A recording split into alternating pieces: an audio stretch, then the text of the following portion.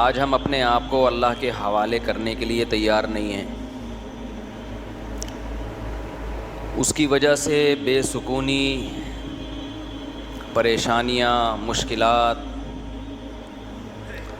نسوا اللہ فانساہم انفسہم، یہ آیت یاد کر لیں قرآن مجید کی. اللہ تعالیٰ فرماتے ہیں کہ یہ لوگ اللہ کو بھول گئے تو اللہ نے ان کو اپنا آپ بھلا دیا. آپ نے یہ لفظ سنا ہوگا نا بھائی، اپنا خیال رکھا کرو. کہتے ہیں نا آج کل ایک ڈائلاگ ہے، کہیں بھی کوئی رخصت ہو رہا ہو، جا رہا ہو، اپنا خیال رکھیے گا. میں اس میں ایک لفظ اضافہ کر دیتا ہوں، اپنے خرچے پہ، کہ آپ اپنا خیال رکھیے گا اپنے خرچے پہ. کیونکہ آج کسی کو مشورہ دو نا تو وہ بعد میں پیسے مانگنے آ جاتا ہے کہ آپ نے کہا تھا اس لیے. لیکن جب آپ کسی سے کہتے ہیں اپنا خیال رکھیے گا تو کیوں کہتے ہیں یہ؟ کہ بعض دفعہ انسان خود اپنا خیال نہیں رکھتا، اپنے آپ کو بھول جاتا ہے وہ. ہم نے ایسے ڈاکٹرز دیکھے ہیں جو ساری زندگی لوگوں کا علاج کرتے رہے، اپنے آپ کو بھول گئے. جس بیماری کے اسپیشلسٹ تھے اسی میں ان کی موت واقع ہوئی، اپنا خیال نہیں رکھا انہوں نے.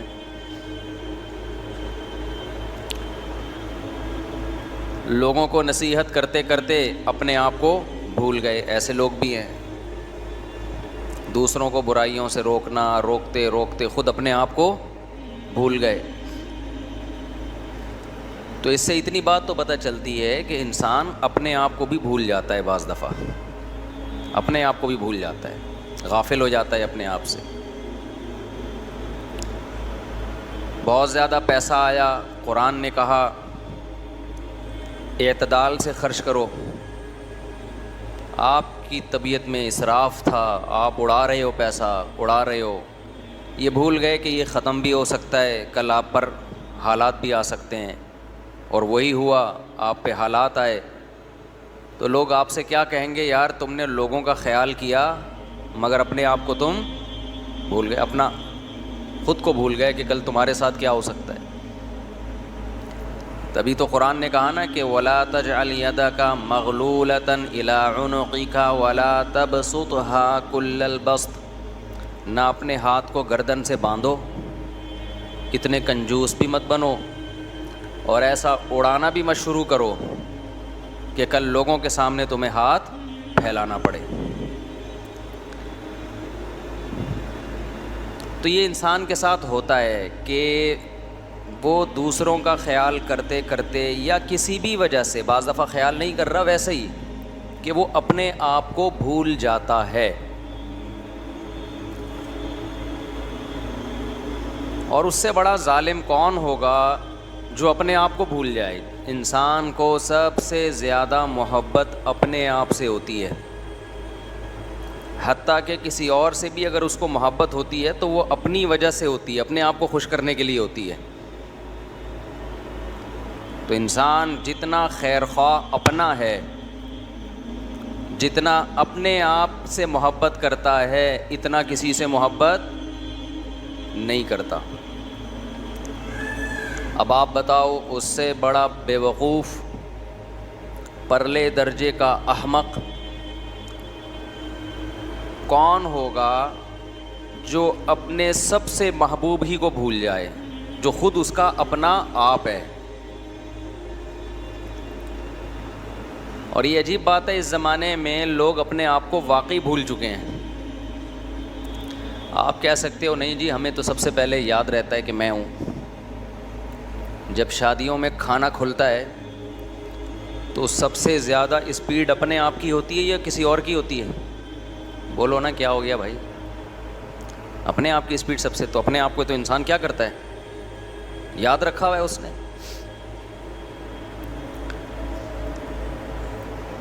تو خوب سمجھ لیں، قرآن میں جو اللہ نے کہا نا کہ لوگ اپنے آپ کو بھول جاتے ہیں، کب بھولتے ہیں وہ میں بتاتا ہوں ابھی.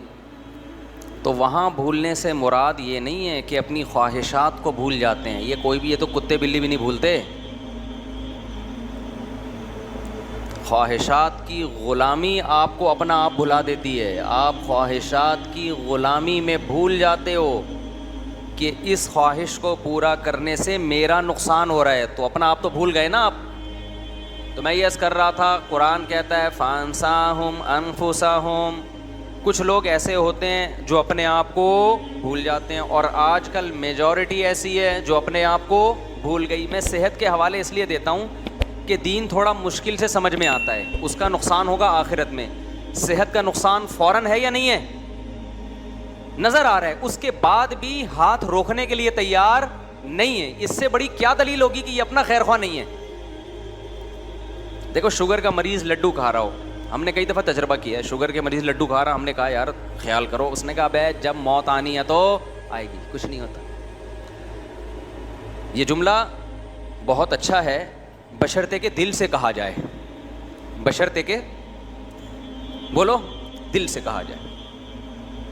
کیونکہ جب موت آنے والی ہوتی ہے پھر آغا خان بھاگتا ہے, ساری جائیدادیں بیچتے ہیں کہ کسی طرح ٹھیک ہو جاؤں میں. ابے بھائی تم تو پہلے کہہ رہے تھے یار موت آنی ہے تو آ جائے گی, لڈو کھانے سے کیا ہوتا ہے, تو اب کیوں ٹینشن میں آئے ہو؟ مرو, کیوں ہسپتالوں میں بھاگ رہے ہو, اڑا رہے ہو پیسہ, جائیدادیں بیچ رہے ہو؟ کوئی بات نہیں یار, مر جاؤ نا, تو 2 لڈو تم نے ہی تو کھائے ہیں نا, وہ کہیں نہ کہیں تو نکلیں گے جا کے. تو یہ جو جملہ ہمارے ہاں بولا جا رہا ہوتا ہے نا کہ ابے مرنا تو ایک دن ہے, یہ دل سے نہیں بولا جا رہا ہوتا, یہ صرف اس لڈو کو حلال کرنے کے لیے اس وقت بولا جا رہا ہوتا ہے کہ نفس کو اور شیطان کو مطمئن کر دوں, اس وقت پھوڑ لوں, بعد میں دیکھا جائے گا. جبکہ پتہ ہے کہ بعد میں نہیں دیکھا جائے گا, بعد میں عذاب کھڑا ہو جائے گا, ٹینشن ہوگی. کل ایک صاحب کا واقعہ سامنے آیا جو بڑے ینگ جوان صحت مند تھے, اچانک برین ہیمریج سے انتقال ہو گیا. تو میں چونکہ ان کی ہسٹری جانتا تھا تو ایک صاحب مجھ سے پوچھنے لگے کہ یار یہ تو بڑے صحت مند تھے. میں نے کہا صحت مند تھے, ان کو ڈاکٹروں نے 20 دفعہ بتایا کہ آپ کا بی پی بہت ہائی رہتا ہے, ایک بلڈ پریشر مشین گھر میں رکھ لو, چیک کر لیا کرو آپ کا بی پی کیا ہے, بہت ہائی. وہ کئی دفعہ چیک کیا, تو ایک دفعہ چیک کیا ان کا بی پی اتنا ہائی تھا, تو مجھے کہنے لگے کہ آج کے بعد میں کبھی چیک ہی نہیں کروں گا. کیوں؟ چیک کرنے سے آدمی وہم میں آتا ہے. ابے بھائی تم وہم میں نہیں ہے, یہ سچی مچی کا بڑھاوا ہے. اور اس کے بعد پھوڑنا پھاڑنا ان کا لگا ہوا ہے. جب ان کو سمجھایا جاتا کہ بھائی تھوڑا احتیاط کریں, آپ بی پی کے مریض ہیں, آپ اپنی صحت کو نہ دیکھیں, ویسے آدمی جاندار ہوتا ہے لیکن بلڈ پریشر ایک الگ خاموش قاتل ہے. نہیں جی, ان باتوں میں کچھ نہیں رکھا, ڈاکٹروں نے وہمی بنا دیا. اس طرح کی باتیں کرتے کرتے بالآخر فالج ہوا اور پھر انتقال ہو گیا, اللہ مغفرت فرمائے. تو یہ جو ہے نا جملہ جو ہم کہتے ہیں کہ یہ بھی کھا لوں یہ بھی کھا لوں, ابے جو ہونا ہوگا ہو جائے گا, یہ جملہ دل سے نہیں کہہ رہے ہوتے ہیں, کیونکہ ابھی اس کا نقصان دیکھا نہیں ہوتا. اس لڈو کو, رسگلے کو حلال کرنے کے لیے ایک لیبل لگا لیا جاتا ہے, یار ابھی کیا کرو, کھاؤ بس. پھر جب ٹینشن میں آتا ہے, فالج ہو گیا, برین ہیمریج ہو گیا, پھر دیکھو کہ دعائیں کروا رہے ہیں, یار دعا کرو ٹھیک ہو جاؤں.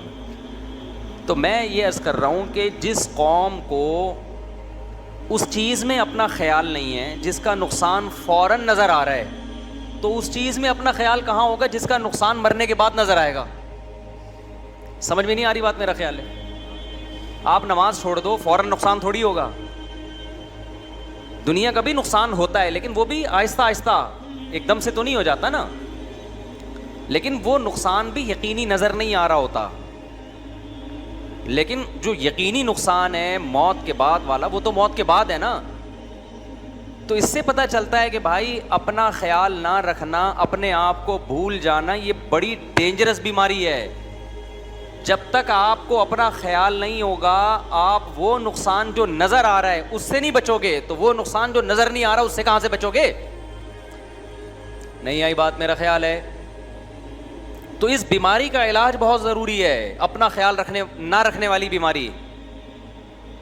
ہم سب اپنا خیال رکھتے ہیں, کیسے رکھتے ہیں کہ بوٹیاں میری طرف زیادہ آ جائیں, سمجھ رہے ہو, جائیداد ساری مجھے مل جائے,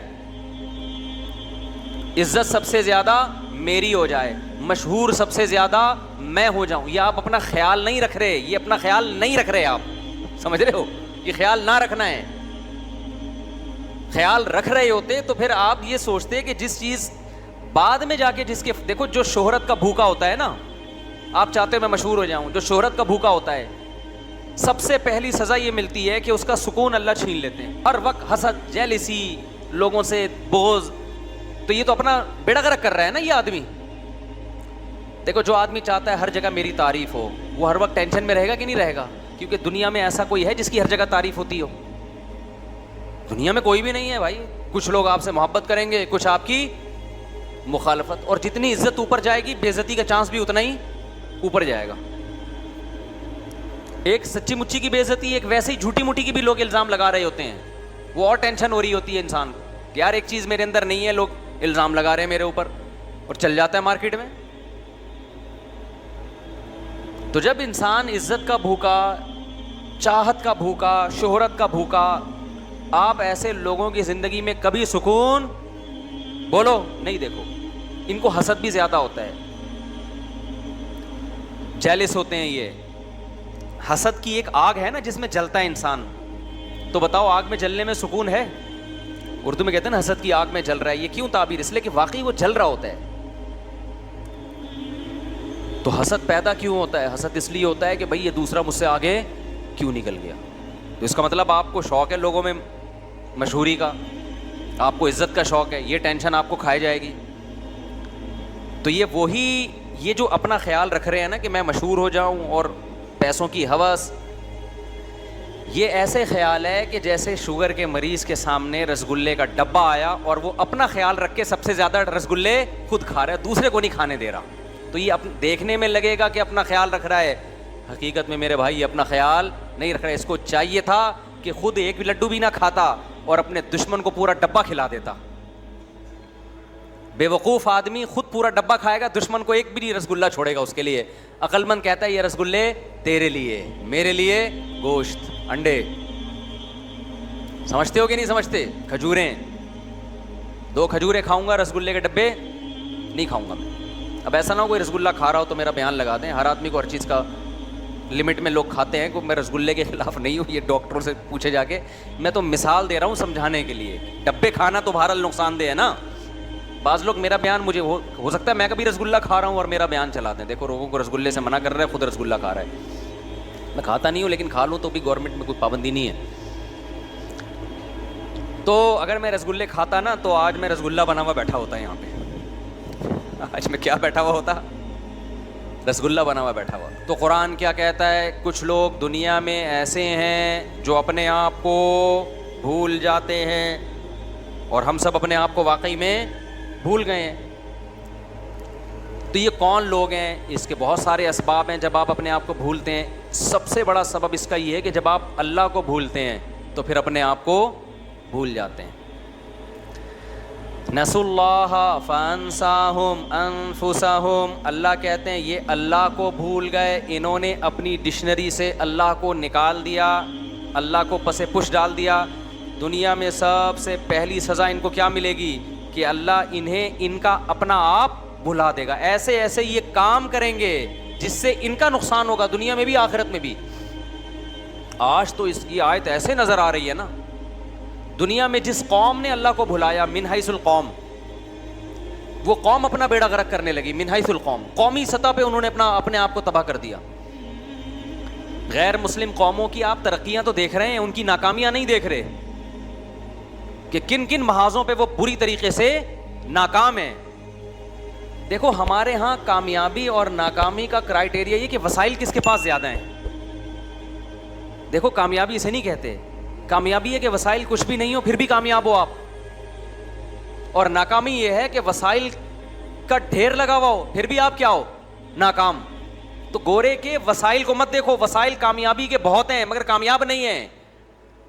آخرت میں تو ہے ہی نہیں, دنیا میں بھی نہیں ہے. یہ غربت مہنگائی آپ یورپین اقوام پہ 4 دن کے لیے مسلط کر کے دیکھو. ہمارے ہاں کامیابی کے اسباب ہیں یا ناکامی کے؟ ہمارے کنٹری میں خاص طور پہ آج کل جو حالات چل رہے ہیں, سارے اسباب کیا ہیں؟ میڈیا پہ دیکھو, اخباروں میں دیکھو, بیڑا غرق پاکستان کا تباہ ہو گیا, اور مہنگائی مہنگائی مہنگائی مہنگائی سنتے چلے جاؤ. کراچی میں آپ روڈوں پہ نکلو, روڈ نہیں ہیں, گٹر کے ڈھکن نہیں ہے, کتے ہی کتے. کتوں کی نسل اتنی اسپیڈ سے بڑھ رہی ہے, اور جب بات کرو کہیں تو بھائی اینیمل لورز جو ہیں وہ اس کتوں کو مارنے کو پسند نہیں کرتے. اتنے کتے ہو گئے ہیں. ایسا نہ ہو کل یہ کتے ہمیں کھونٹوں سے باندھ دیں کہ ہم زیادہ ہو گئے, تم منورٹی میں آ گئے ہو, اب تم ہمیں کاٹا کرو گے. کتے ہی کتے ہر جگہ کی, کہیں بھی کوئی وہ لوگ بھی کتوں سے محبت کرتے ہیں, یورپ والے. اتنا فری تو انہوں نے نہیں کرایا بھائی, ان کے یہاں بھی ایک تمیز سے کتے ہوتے ہیں, ان کی نسل بھی تمیز سے بڑھتی ہے. ہمارے یہاں تو کتوں کی مرضی سے ان کی نسل بڑھائی جا رہی ہے.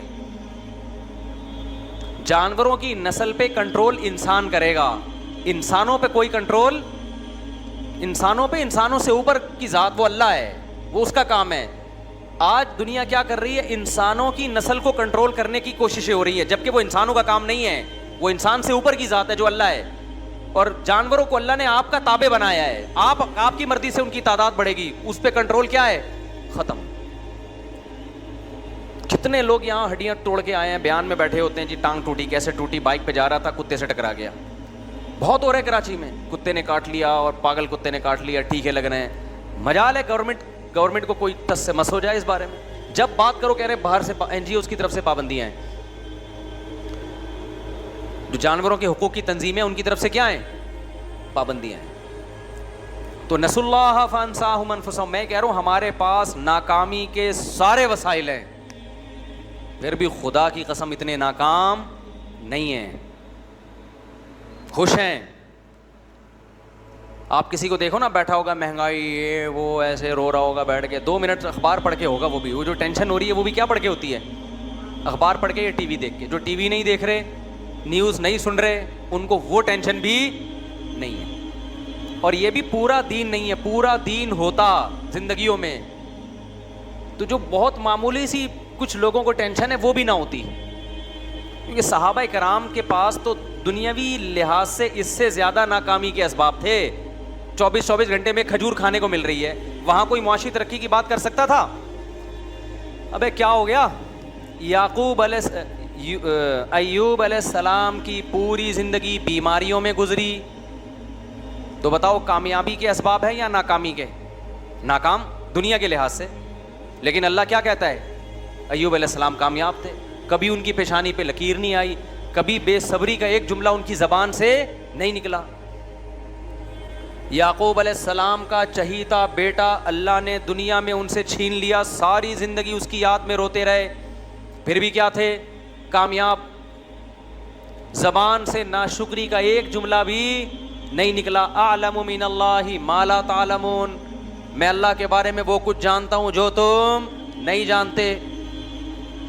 کامیابی کے اسباب اور وسائل کو لوگوں نے کامیابی سمجھنا شروع کر دیا ہے. یہ ایسے جیسے آپ کے پاس منزل تک پہنچنے کا راستہ ہو, اسی راستے کو آپ منزل سمجھنا شروع کر دیں. او بھائی اس راستے پہ چل کے منزل پہ پہنچے گا تو بھی اس کو راستہ کہیں گے. سمجھتا نہیں ہے بات کو, میرا خیال ہے جب پڑھے گا نہیں رات کو تو کیسے سمجھے گا بات کو. ہم اسکول میں ہوتے تو یہ ڈائلاگ بولتے تھے, ٹیچر پڑھا رہے ہوتے تھے نا, بچے کی سمجھ میں ویسے بھی نہیں کراچی میں کسی کی سمجھ میں آتا, ٹیچر پڑھا ہی نہیں رہے ہوتے تو سمجھ میں آئے گا کہاں سے. لیکن اس زمانے میں پڑھاتے تھے, طلبہ کی سمجھ میں نہیں آتا تھا, اتنی ترقی نہیں ہوئی تھی, ٹھیک ہے نا, جتنی آج ہے. اب تو پڑھائی نہیں ہے تو سمجھ میں کہاں سے آئے گا. ہمارے دور میں پڑھائی تھی, سمجھ میں نہیں آ رہا ہوتا تھا. تو اس وقت ہم یہ کہتے تھے جب پڑھے گا نہیں رات کو تو سمجھے گا کیسے بات کو. کیونکہ ہم نے مدرسوں میں پھر یہ اصول سیکھا کہ جو کل آپ کا سبق ہوگا نا, جو ٹیچر نے کل پڑھانا ہے, رات کو آپ نے اس کی اسٹڈی کر کے اس کو خود سمجھنے کی کوشش کرنی ہے. کوشش کرنے کے بعد پھر ٹیچر جب اس کو ایکسپلین کریں گے تو آپ کو اچھی طرح سے سمجھ میں آ جائے گا. اگر آپ نے رات کو اسٹڈی نہیں کی, دیکھا ہی نہیں ہے کل کیا سبق ہے, تو کل نہیں سمجھ میں آئے گا. تو اس پہ ہم کہتے تھے جب نہیں پڑھے گا رات کو تو کیسے سمجھے گا بات کو. آگے پھر اسی میں شعر مکمل کر دوں, بچہ سمجھدار ہے اس لیے گھر سے باہر ہے. اس زمانے میں بچوں کو خراب کرنے کے لیے یہ جملہ, جو گھر میں ہوتا ہے وہ سمجھدار نہیں ہے, ایسی ڈائلاگ تھا یہ. تو اس زمانے میں بچوں کو اتنا ہی خراب کرتے تھے کہ بچہ سمجھدار ہے اس لیے گھر سے باہر ہے. تو دوست سمجھتا تھا گھر سے باہر رہنا سمجھداری ہے, وہ خراب ہو جاتا تھا. آج کل خراب کرنے کے لیے موبائل رکھے ہوئے بچوں نے, اسمارٹ فون رکھے ہوئے ہیں, وہ بچوں کو ویڈیوز لڑکیوں کی دکھا رہے ہوتے ہیں اس میں اسکولوں میں بیٹھ کے, اور آپ سمجھ رہے ہو میرا بچہ سائنٹسٹ بننے کے لیے اعلیٰ تعلیم کے لیے اسکول گیا ہوا ہے. کراچی کے اسکولوں میں اگر کوئی یہ سمجھتا ہے کہ اس کا بچہ سائنسدان بنے گا, اگلے جمعے بیان کے لیے نہ آئے, وہ بیان سننے نہ, ایسے بیوقوف لوگوں کے سامنے جب میں بیٹھ کے بیان کروں گا تو ماحول کا اثر پڑتا ہے انسان پہ خود بھی. بلکہ کراچی نہیں, سندھ گورنمنٹ ہی کے فضائل چلتے رہتے ہیں عام طور پہ. تو ہم تو دیکھ رہے ہیں پڑھائی وڑھائی کراچی میں نہیں ہے بھائی. تو خیر, تو اللہ تعالیٰ کیا فرماتے ہیں, نسوا اللہ فانساہم انفسہم, جو اللہ کو بھلا دے گا اللہ اسے اپنا آپ بھلا دے گا. قومی سطح پہ جب جس سوسائٹی میں بے حیائی پھیلتی ہے, اس کا مطلب انہوں نے اللہ کو بھلا دیا, اب اللہ آپ سے انتقام لے گا, آپ اپنا نقصان کر رہے ہو. سب سے پہلا نقصان آپ کا گھریلو ماحول تباہ ہوگا. آپ کی بیٹیاں آپ کے سامنے اونچی آواز سے بات کرنا سیکھیں گی. پہلے باپ گھر میں آیا, بیٹی نے سر پہ دوپٹہ لے لیا ابا کے احترام میں, وہ دوپٹہ مارکیٹ سے شارٹ. حیا گئی تو بدتمیزی آئی. آج کل لبرل لوگوں نے ہر الٹی چیز پہ لیبل اچھے بدتمیزی کو کانفیڈنس کہا جاتا ہے کہ بچی میں کانفیڈنس بہت ہے, حالانکہ وہ بدتمیز ہوتی ہے. وہ کانفیڈنس نہیں ہے, وہ کیا ہے, بدتمیزی ہے. سمجھ رہے ہیں, سمجھ کیا رہے ہیں, دیکھ رہے ہوں گے. تو بیٹا باپ کے سامنے اونچی آواز سے بات کرتا ہے, اس کو کانفیڈنس سے تعبیر کرتا ہے. حیا جب کسی سوسائٹی میں ختم ہوتی ہے نا, اس کا سب سے پہلا نقصان بدتمیزی اسی اسپیڈ سے بڑھتی ہے.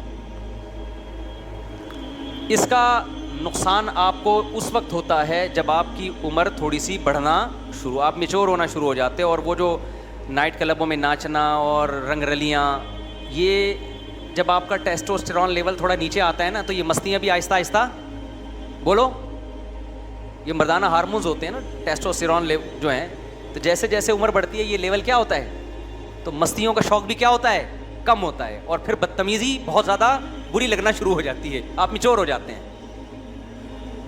تو وہ 40 سال کے بعد آپ کا بیڑا آپ کے گھر میں ہی غرق ہونا شروع ہو جاتا ہے کہ جو آپ نے گھر میں ماحول دیا تھا نا, بچیوں کو پردہ نہ کراؤ اور ماڈرن اسکول میں پڑھاؤ اور بوائے فرینڈ گرل فرینڈ اور یہ دوپٹہ شپٹہ اٹھا کے سائڈ پہ پھینکو بیٹا, یہ آپ نے چونکہ اللہ کو کنارے پہ رکھ دیا تھا, اب اللہ کہے گا بھگتو, یہ اولاد ہی تمہارا سر گنجا کرے گی, جتنے مرضی بال لگوا لو, یہ اولاد ٹینشن دے دے کہ تمہارے سر کو گنجا کرے گی اب یہ.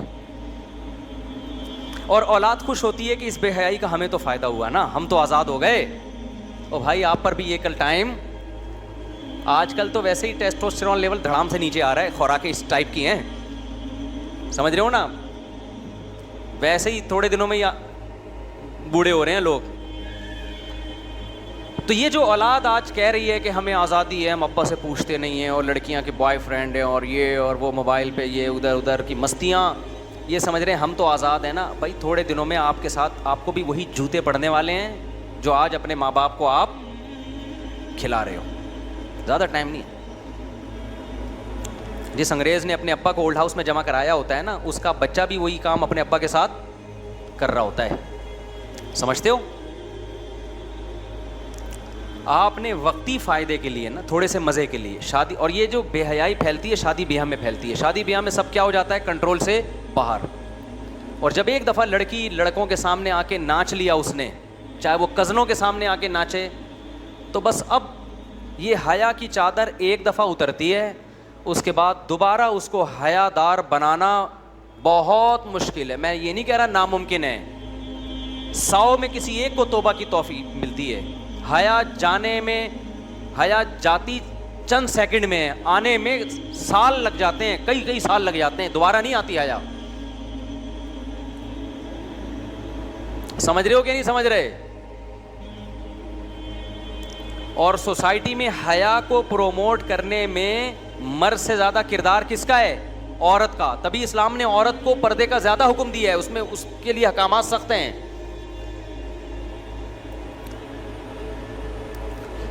تو آپ سوسائٹی میں بے حیائی پھیلاتے ہیں, نتیجہ کیا بھگتتے ہیں گھروں میں, جو ٹینشنیں, اور پھر آخر میں رزلٹ یہ نکلے گا کہ گھریلو نظام ہی تباہ و برباد ہو جائے گا.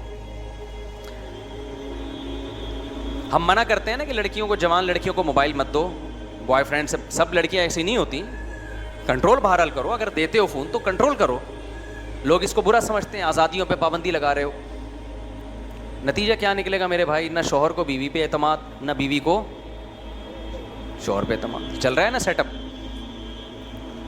کیا زندگی گزرتی ہوگی یار اس مرد کی جس کو اپنی بیوی پہ ہی اعتماد نہیں ہے, کہ پتہ نہیں کیا کر رہی ہے. عورت پہ کیا گزرتی ہوگی جس کو اپنے میاں پہ ہی اعتماد نہیں ہے. اعتماد کی جو ایک ہی تو بیس رہ گئی تھی وہ بھی ختم ہو گئی, تو ڈپریشن کے علاوہ کچھ ملے گا؟ اور یہ وہ ڈپریشن ہے جس میں 99% گورے مبتلا ہیں, سمجھتے ہو؟ تبھی وہ شادیاں نہیں کرتے کہ یار کچھ پتہ نہیں ہے بھائی, کوئی وفادار ملے کہ نہ ملے. عورت کرتی نہیں, اس کو پتہ ہے یہ کون سا کوئی نیک ہوگا. اس کا حل انہوں نے یہ سوچا کہ براڈ مائنڈڈ بنا دو, سب سیٹ ہے. تو یہ براڈ مائنڈڈ بننے کی کوشش تو کرتا ہے, لیکن جو چیز نیچر کے خلاف ہوتی ہے نا, نیچر اس کو ایکسیپٹ نہیں کرتی. بیوی کے بارے میں انسان کی نیچر نہیں ایکسیپٹ کرتی کہ اس کا کسی سے تعلق ہو. یہ نیچر نہیں ہے, چاہے وہ کافر ہی کیوں نہ ہو, وہ جائے گا ٹینشن میں. تو اللہ انتقام لے رہا ہے کہ نہیں لے رہا؟ تو بے حیائی کو کنٹرول کرو, آپ کا فائدہ ہے میرے بھائی, آپ کا فائدہ ہے. ٹی وی پہ کنٹرول کرو, آپ کا فائدہ ہے. کل یہ گھر آپ کے لیے جنت بنے گا. میں بار بار کہتا ہوں اپنی مستورات کو تبلیغ میں لے کے جاؤ. آج ہم اس سے تو پریشان ہوتے ہیں, گھر میں ٹی وی چل رہا ہے, بیگم خراب ہو رہی ہے, ڈرامے دیکھ دیکھ کے. ڈراموں میں دکھاتے کیا ہیں؟ اور شوہر کے سامنے اونچی آواز سے بات کرنا, چیخنا, چلانا. ساسوں واسے تو مارکیٹ سے ان کا تو کوئی حق اب رہا ہے ہی نہیں ہے. تو گھر کے بڑے, گھر ان کا احترام سب ختم. تو وہ ایک ماحول ایک دکھایا جائے گا, لوگ پریشان ہوتے ہیں یار یہ گھر میں ہو رہا ہے. تو بھائی اگر اللہ ایک بری چیز ہے تو اس کا آلٹرنیٹ بھی تو اللہ نے پیدا کیا ہے نا. ماحول سے خراب ہو رہی ہے نا گھر کی عورت. دیکھو گھر کس سے بنتا ہے؟ مرد سے بنتا ہے, عورت سے بنتا ہے؟ عورت سے بنتا ہے نا, زیادہ تو اس کا کردار ہے. تو بھائی میں کہتا ہوں یار تبلیغ میں لے جاؤ, وہاں کیا ماحول ملے گا؟ اچھا ماحول ملے گا. اس کے لیے ٹائم بولو نہیں, اس کے لیے ٹائم نہیں. آپ گھر کی مستورات کو لے جاؤ تبلیغ میں, ذرا ٹائم لگواؤ, پھر دیکھو ان کے اندر تبدیلی کتنی آئے گی. آہستہ آہستہ موبائل کی جگہ نا دعاؤں کی کتاب آنا شروع ہو جائے گی ہاتھ میں. جو تبلیغ میں اپنی مستورات کو لے کے جاتے ہیں کیسے پلٹتا ہے ماحول. ورنہ سارا دن وہ فیشن والی لڑکیوں کو دیکھ دیکھ کے بس ان کا ہدف ہی یہ بن جاتا ہے کہ بال ایسے ہونے چاہیے اور کپڑے ایسے ہونے چاہیے, اور بس سارا دن کوئی کام ہی نہیں ہے. تو نسوا اللہ فانساہم انفسہم. جو مرد بے حیائی کی طرف جاتا ہے وہ اپنے آپ کو خوش کرنے کے لیے پسے پشت کس کو ڈال رہا ہے؟ اللہ کو. حقیقت میں وہ اپنا نقصان کر رہا ہے. میں بار بار ایک بات کہتا ہوں, جو نوجوان بالغ ہونے کے بعد گناہوں میں برائیوں میں لگ جاتے ہیں, سب سے بڑا نقصان دنیا میں یہ ہوتا ہے, اللہ نکاح کی لذت سے محروم کر دیتا ہے ان کو. سب سے بڑا نقصان یہ ہوتا ہے. جب نکاح کی لذت سے محروم, تو بیوی سے جو محبت ہونی چاہیے وہ ان کو نہیں ہوتی. اتنا کچھ گند دیکھ لیا ہوتا ہے, اتنا گند میں منہ مار دیا ہوتا ہے. گھریلو لائف اب ان کی بہت زیادہ ڈسٹرب ہوتی ہے. جیسا اللہ دیکھنا چاہتے ہیں ریلیشن کو, ایسا ریلیشن بنتا نہیں ہے, اور اس سے بے سکونی میں جاتا ہے انسان. بتاؤ مجھے, جو انٹرنیٹ پہ روزانہ تصویریں بدل بدل کے لڑکیوں کو دیکھ رہا ہے, اس کو اپنی گھر کی بیوی اچھی لگے گی؟ بولو نا. جس کے سامنے روزانہ کبھی مرغی, کبھی پلاؤ, کبھی بریانی آ رہی ہو, اس کو تو گھر کا قورمہ اچھا نہیں لگتا تھوڑے دنوں کے بعد. دال تو دور کی بات ہے, دال کہاں سے اچھی لگے گی؟ تو اللہ میاں نے جو آپ کو حکم دیا نظر کی حفاظت کرو, اس سے آپ کا فائدہ ہے. آپ سمجھ رہے ہو میں فحش چیزیں دیکھوں گا مجھے لذت ملے گی؟ بھائی یہ وقتی لذت ہے, اس سے تو دائمی لذت سے محروم ہو رہا ہے. لوط علیہ السلام کی قوم لڑکوں سے بدفعلی کرتی تھی. لوط علیہ السلام نے کیا کہا کہ نکاح کرو عورت سے, تو انہوں نے کیا کہا ہمیں عورت میں دلچسپی نہیں ہے. کیا مطلب؟ عورت میں لذت اللہ نے کیا کر دی ان کے لیے؟ ختم. تو یہ نعمت ہے یا عذاب ہے؟ یہ تو عذاب ہے نا. تو بے حیائی کی طرف جو شخص جاتا ہے, دن رات لڑکیوں سے بات کرنا, لڑکیوں سے چیٹنگ کرنا, انٹرنیٹ پہ فحش چیزیں دیکھنا, گھر کی لذت سے اللہ اس کو محروم کر دیتے ہیں. یہی حال ان لوگوں کا ہوتا ہے جو اپنے ہاتھ سے اپنی خواہش پوری کرتے ہیں.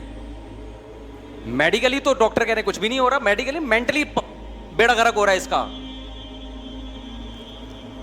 فطرت نے جو خواہش آپ کے اندر رکھی ہے اس سے فطرت کچھ کام لینا چاہتی ہے. اللہ میاں نے آپ میں جو عورت کی خواہش رکھی ہے اس سے کام لینا چاہتی ہے تاکہ میاں بیوی میں محبت ہو, آگے نسل بڑھے, سکون ملے آپ کو. وہاں پہ آپ نے اس کو ڈسٹرب کر دیا تو نسوا اللہ فانساہم انفسہم. اللہ کہتے ہیں میں دنیا میں انتقام لوں گا, دنیا میں سزا دوں گا میں, آخرت تو بعد میں ہے. آخرت کی تو سزا بہت سخت ہے, اللہ ہم سب کو بچائے اس سے. تو ہر برائی کا میرے بھائی, جس برائی کے پیچھے بھی جاؤ گے نا, خدا کو پس پش ڈال کے, وقتی فائدہ ہے, اس کے سائیڈ افیکٹ ان فائدوں سے زیادہ ہیں. شراب کو دیکھ لو نا, شراب, بس یہ بات کر کے میں بیان ختم کرتا ہوں. شراب جب حرام ہوئی ہے تو مشرکین نے کہا اس کے تو بڑے فائدے ہیں, ہم جب پیتے ہیں سکون ملتا ہے, ڈپریشن ختم ہوتی ہے. تو قرآن نے کیا کہا, اس کا گناہ اس کے فائدوں سے زیادہ ہے. یہ وقتی ہے نا فائدہ, یہ وقتی فائدہ ہو رہا ہے کہ آپ کو ایک ڈپریشن ختم, اصل میں ڈپریشن پیدا ہو رہی ہے اس سے. جو شراب پی کے ڈپریشن ختم ہو رہی ہے تو میرے بھائی تجھے پیدا اس لیے ہوئی تھی کہ تو پیتا ہے, لہذا تجھے اس کو ختم کرنے کے لیے پینا پڑا, شراب کو پینا پڑا. جو نہیں پیتے ان کو ڈپریشن ہوتی نہیں ہے. کچھ دن پہلے کافی کے مریض آئے میرے پاس نا, کہہ رہے میں جب ٹینشن میں آتا ہوں کافی پیتا ہوں اور ریلیکس ہو جاتا ہوں. میں نے کہا آپ کو ٹینشن ہو اس لیے رہی کہ آپ کافی پیتے ہیں, ہمیں تو نہیں. میں نے کہا ہوتی ٹینشن, میں تو کبھی نہیں کافی پیتا, ہمیں تو نہیں ہوتی. بھائی لت ڈال دی ایک چیز کی تم نے کافی پی پی کے, آپ کا جو دماغ کو نیچرل طریقے سے سکون ملنا تھا وہ ملتا. دماغ مانگ رہا ہوتا ہے کافی پلائے گا تو ٹینشن ختم کروں گا, ورنہ وہ تو پیتا رہا بیٹھ کے تو. اور یہ جتنی نشے کی چیزیں ہیں, نشے سے میری مراد جن کی عادت پڑتی ہے, ان کی کوانٹٹی آپ کو بڑھانی پڑتی ہے. 24 گھنٹے میں 2 کپ پی رہے ہو, تھوڑے دنوں میں وہ 2 کپ برابر ہو جائیں گے, 3 پہ آنا پڑے گا. ٹھیک ہے نا. میں نے کہا سو جائے گا, اٹھ جائے گا, یہ ٹینشن کے لیے ایک اور شادی کر لے. وہ نیچرل ٹینشن ہے. نیچرل ٹینشنیں جو ہوتی ہے نا, ان میں ٹینشن تو ہوتی ہے لیکن وہ ٹینشن کے بدلے میں جو سکون ملتا ہے وہ اس ٹینشن پہ غالب آ جاتا ہے. اس کی مثال ہے جیسے کھانا کھانے سے ٹینشن ہوتی ہے, کھاؤ گے تو نیند آئے گی, قضائے حاجت کے لیے بھی جاؤ گے, لیکن یہ ٹینشن میرے بھائی نہ کھانے سے کیا ہے, کیا خیال ہے, جو نہیں کھانے سے ہوگی وہ تو مسلسل ڈیمیج کرتی رہے گی نا. بھوکا رہنا ہے لیکن یہ تو نہیں کہ ساری زندگی بھوکا ہی رہو, ایک وقت میں تو کھانا ہی پڑے گا نا جا کے. وہ آ گئی, پھر اس پہ بھی بات اب کیا کریں, آج بیان ہونا تھا. تو نسوا اللہ فانساہم انفسہم, خوب سمجھ لیں جو برائی کر رہے ہیں, گناہ کر رہے ہیں, یہ سوچ کے کہ ہمیں سکون ملے گا, یہ دماغ سے نکال دو کہ تمہیں سکون ملے گا. سکون گیا تیل لینے. سکون صرف اسی کو ملتا ہے جو اپنی خواہشات پہ کنٹرول کر لے, اپنے آپ کو وقتی طور پہ بے سکون کر لے. اللہ کی خاطر, اللہ کی خاطر اپنے آپ کو بے سکون کر لو. سکون ہی سکون تمہارے مقدر میں اللہ تمہاری جھولیوں میں لا کے ڈال دے گا. میں نے کسی اللہ والے بزرگ کو پریشانیوں میں نہیں دیکھا, حالانکہ پریشانیوں کے 20 اسباب ان کے پاس ہوتے ہیں, مگر پھر بھی اللہ نے ان کو ایک خاص قسم کا سکون عطا کیا ہوتا ہے. وہ سکون کس بات کا ہے, کہ اللہ ہم سے خوش ہے, اور نیچر پہ چلنے کا جو سکون ہے وہ اللہ ان کو عطا فرماتے ہیں. تو آج جو ہے نا اللہ کو بالکل پسے پش ڈال دیا ہے, بالکل پسے پش. کہ کوئی بتاؤ لوگوں کو کہ بھائی یہ شریعت میں حرام ہے, ابے بھائی یہ پرانے زمانے کی باتیں. خاص طور پہ شادی بیاہ میں دیکھو کیسے آزاد ہو جاتے ہیں یار. پہلے زمانے میں طوائفوں کے ناچ دیکھنے کے لیے لوگ جایا کرتے تھے کوٹھوں پہ, اب یوٹیوب نے ایسی بے حیائی پھیلا دی ہے, ہر شادی بیاہ میں لڑکے لڑکیاں ڈانس کر رہے ہیں, چینل پہ اپنی ویڈیوز ڈال رہے ہیں اور اس کو پروموٹ کر رہے ہیں کہ جو نہیں بھی ناچ رہے ہمیں دیکھ کے وہ بھی کیا کریں, ناچیں. تو ناچ لو میرے بھائی, تھوڑا سا انجوائے کر لو. شادی بیاہ کی 2 گھنٹے کی تقریب ہوتی ہے, ناچ گانے کی بڑا مزہ آتا ہے اس میں. اس کے بعد جو بے سکونی کے کانٹے اللہ تمہیں چبوئے گا نا کہ تم نے خدا کو ناراض کیا, اور ان گھروں میں ڈپریشن, خودکشیاں, اور جو برین ہیمریج سے ان کی ایک ٹینشن سے جو برین ہیمریج ہوتا ہے ان لوگوں کو, اور جو لٹک رہے ہیں وہ پھر یہ ٹینشنیں بھی انہی کے گھر میں, انہی جہاں خوشیاں ہیں کل غم جا کے دیکھا کرو ان لوگوں کے کیا ہوتے ہیں. تو اللہ ہمیں ہدایت دے, اپنے گھروں کے خوبصورت ماحول کو میرے بھائی اس بے حیائی کے ذریعے تباہ و برباد مت کرو. اللہ سمجھنے کی عمل کی توفیق عطا فرمائے. وما علینا الا البلاغ. بھائی سوال پوچھا ہے کہ شادی ہال میں شادی کرنا جائز ہے. والدہ کا کہنا ہے کہ والد کا کہنا ہے کہ یہ تو ایک رواج ہے, والدہ کا کہنا ہے کہ گھر میں جگہ ہی نہیں, تو کیا کریں. معاذ بچہ, یہ کیسا نام ہے بھائی, دیکھو شادی ہال میں بھی جائز ہے, گھر میں بھی جائز ہے. مہمان زیادہ ہیں, گھر میں جگہ نہیں ہے تو شادی ہال میں کر لو, اور اگر مہمان ہی کم بلاؤ کہ خرچہ کم ہو تو بھی ٹھیک ہے. تو یہ کوئی ایشو نہیں ہے کہ شادی ہال میں کرنا ہے یا گھر میں کرنا ہے. اصل ہی بے حیائی نہ ہو, چاہے گھر میں ہو یا شادی ہال میں ہو, پارٹیشن ہو, خواتین الگ مرد الگ. دوسری بات یہ ہے کہ بارات میں نہیں بلانا چاہیے لوگوں کو. باراتوں کی دعوتیں یہ ہندوانہ کلچر ہے, ولیمے کی دعوت ہے اسلام میں. بارات کا کوئی لفظ ہی نہیں ہے عربی زبان میں. تو یہ جو باراتوں کے کھانے ہو گئے ہیں نا, باراتوں کی دعوتیں شادی ہال میں ہو یا گھر میں, یہ شریعت کے مزاج کے خلاف ہے. یہ چیز اس کو پروموٹ نہیں کرنا چاہیے. جب بچی کی یا بہن کی یا گھر میں کسی بھی خاتون کی شادی ہو تو نکاح مسجد میں پڑھوا لیں. جو قریبی لوگ ہیں, چچا ماموں وغیرہ, ان کو بولیں مسجد میں پہنچیں گے, نکاح ہوگا, وہاں سے پتلی گلی سے نکل لیں. جو بھی خاندان کے 8-10 لوگ بڑے بڑے آ جائیں بس ٹھیک ہے. اگر ان کو چائے پانی بھی کر دیں تو کوئی حرج نہیں ہے اس میں, اس کے لیے تو ہال کی ضرورت ہی نہیں ہے. باقی جب رخصتی ہو کہ گھر چلی جائے, اگلے دن لڑکا ولیمہ کرے, اس میں بلائے پبلک کو, اس میں بولے بھائی لڑکی والے اتنے تو لڑکے والے اتنے, اور فلاں جگہ گھر میں جگہ نہیں ہے تو شادی ہال میں کر لے. پھر وہ اپنی حیثیت کے مطابق کرے. اللہ نے مال زیادہ دیا ہے تو خاندانی ولیمہ کر لے, روکھڑا ہی نہیں ہے, پیسے کم ہیں تو جتنے ہیں اس حساب سے کر لے, ٹھیک ہے نا. استخارے کی دعا اردو میں نہیں. وجہ اس کی یہ ہے کہ عبداللہ بن مسعود رضی اللہ عنہ فرماتے ہیں نبی صلی اللہ علیہ وسلم ہمیں استخارے کی دعا ایسے سکھاتے تھے جیسے قرآن کی کوئی آیت بتا رہے ہوں, تو اس کے ورڈنگ بھی منصوص ہے. اردو میں اگر مانگنی ہے تو لفظ بلفظ ترجمہ کریں, بالکل بامانہ ترجمہ نہ ہو بلکہ لفظ بلفظ ترجمہ ہو. تو کیونکہ بالکل اس کی جو ورڈنگ ہمیں سکھائی گئی ہے نا وہ توقیفی ہے. توقیفی کا مطلب اس میں اپنی طرف سے, جیسے قرآن کی کوئی سورت جب آپ پڑھتے ہیں تو اس میں اپنی طرف سے تھوڑی ترجمہ کر کے پڑھ سکتے ہیں, وہ تو جب عربی میں ہی پڑھنی پڑے گی. تو کچھ دعائیں ایسی ہیں جو آپ اپنی زبان میں مانگ سکتے ہیں, کچھ دعائیں ایسی ہیں کہ جب تک وہ انہی الفاظ کے ساتھ نہیں مانگی جائیں گی تو اس پر جو فضیلت ہے وہ مرتب نہیں ہوگی. تو استخارے کی دعا بھی ایسے ہی ہے. ہاں یہ ضرور ہے کہ آپ کو اگر وہ عربی والی دعا یاد نہیں ہے تو آپ اس کا مفہوم پھر اردو میں کہہ دیں, تو اللہ سے امید کی جا سکتی ہے. اللہ تو پابند نہیں ہے نا کہ وہ لازمی اسی پہ. نہیں آتی دعا تو ایک الگ بات ہے, لیکن اس دعا کو یاد کر لیں, سیکھ لیں وہ دعا. ہاں ترجمہ لفظ بلفظ ترجمہ پڑھیں, پھر اگر وہ دعا نہیں آتی ہے نا لفظ بلفظ ترجمہ اس کو. مفتی صاحب کیا نبی سے مدد مانگنا شرک ہے, کن عقائد کے ساتھ مانگنا شرک ہے, وضاحت فرما دیں. ما فوق الاسباب مدد جب بھی کسی سے مانگی جائے گی تو یہ عمل شرک کہلائے گا, چاہے فرشتے سے مانگے, نبی سے مانگے, قبر سے مانگے, پتھر سے مانگے, برابر ہے. ما فوق الاسباب مدد کسے کہتے ہیں؟ ایک مدد وہ ہوتی ہے جو اسباب کے تحت ہوتی ہے, جس کی کوئی لاجک ہوتی ہے. آپ پولیس سے مدد مانگتے ہیں تو کیا مطلب, پولیس کو کال کریں گے آپ, پھر پولیس موبائل کے ذریعے آئے گی, چور کو پکڑنے کی کوشش کرے گی.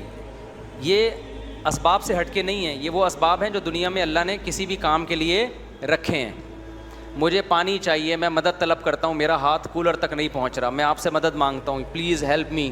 آپ ٹانگوں سے اٹھ کے جاؤ گے اور گلاس میں پانی نکال کے مجھے لا کے دے دو گے. یہ مدد وہ ہے جو اسباب کے تحت ہے, یہ شرک نہیں ہے. ایک ہے جہاں اسباب ختم ہو جائیں وہاں کسی سے مدد مانگنا, تو یہ صرف اللہ ہی کر سکتا ہے مدد. مخلوق ایسے موقع پہ مدد نہیں کر سکتی, نہ پیغمبر کر سکتے ہیں, نہ کوئی بت کر سکتا ہے, نہ کوئی فرشتہ کر سکتا ہے. اب یہیں بیٹھے بیٹھے کوئی نبی سے مدد مانگتا ہے کہ یا رسول اللہ آپ مجھے اولاد دے دیں, تو یہ اسباب کے تحت ہے یا اسباب سے ہٹ کے ہے؟ اسباب سے ہٹ کے. یہ مدد شرک ہے, خوب سمجھ لو. شرک میں یہ نہیں دیکھا جاتا کہ کس سے مدد مانگی جا رہی ہے, کہ پیغمبر سے مانگی جا رہی ہے یہ بتوں سے. یہ دیکھا جاتا ہے اللہ کے علاوہ مانگی جا رہی ہے تو جس سے بھی مانگو گے کافر ہو جاؤ گے. سمجھتے ہو کہ نہیں سمجھتے؟ مدد صرف اللہ سے مانگی جائے گی. جو اسباب سے ہٹ کے مدد کی بات ہے وہ صرف اللہ سے, اللہ کے علاوہ کسی سے بھی نہیں مانگی جائے گی. تو کافر ہے, مرتد ہو جائے گا وہ آدمی اگر اللہ کے علاوہ کسی سے مدد مانگتا ہے. نبی کی قبر پہ جا کے بھی یہ دعا کرنا کہ میری یہ بگڑی بنا دیں, میرے حالات درست کر دیں, اس سے بھی کافر ہو جاتا ہے انسان. سمجھتے ہو؟ کیونکہ نبی صلی اللہ علیہ وسلم تو اپنی قبر میں موجود ہیں, تو وہ کیسے آپ کی مدد کریں گے بھائی؟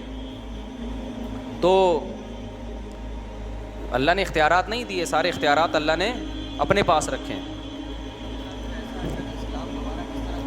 ایسا شخص دوبارہ اسلام ایسے قبول کرے گا کہ وہ کلمہ دوبارہ پڑھے گا اور وہ یہ اقرار کرے گا کہ میں اللہ کے سوا کسی سے مدد مانگنے کو ناجائز سمجھتا ہوں، حرام سمجھتا ہوں، اے اللہ جو مجھ سے جرم ہوا میں اس سے توبہ کرتا ہوں۔ ہاں، زبان سے اقرار کرنا ضروری ہے۔ اس ہفتے ایک خوشخبری ہے کہ وفاقی شرعی عدالت ٹرانسجینڈر بل کو مسترد کر دیا ہے وفاقی شرعی عدالت نے، اور یہ کہا ہے کہ کوئی شخص اپنی مرضی سے جنس تبدیل نہیں کرا سکتا۔ اس بل کو مسترد کروانے میں ہماری دینی جماعتوں، خصوصاً جماعت اسلامی، جمعیت علماء اسلام، تنظیم اسلامی، سوشل میڈیا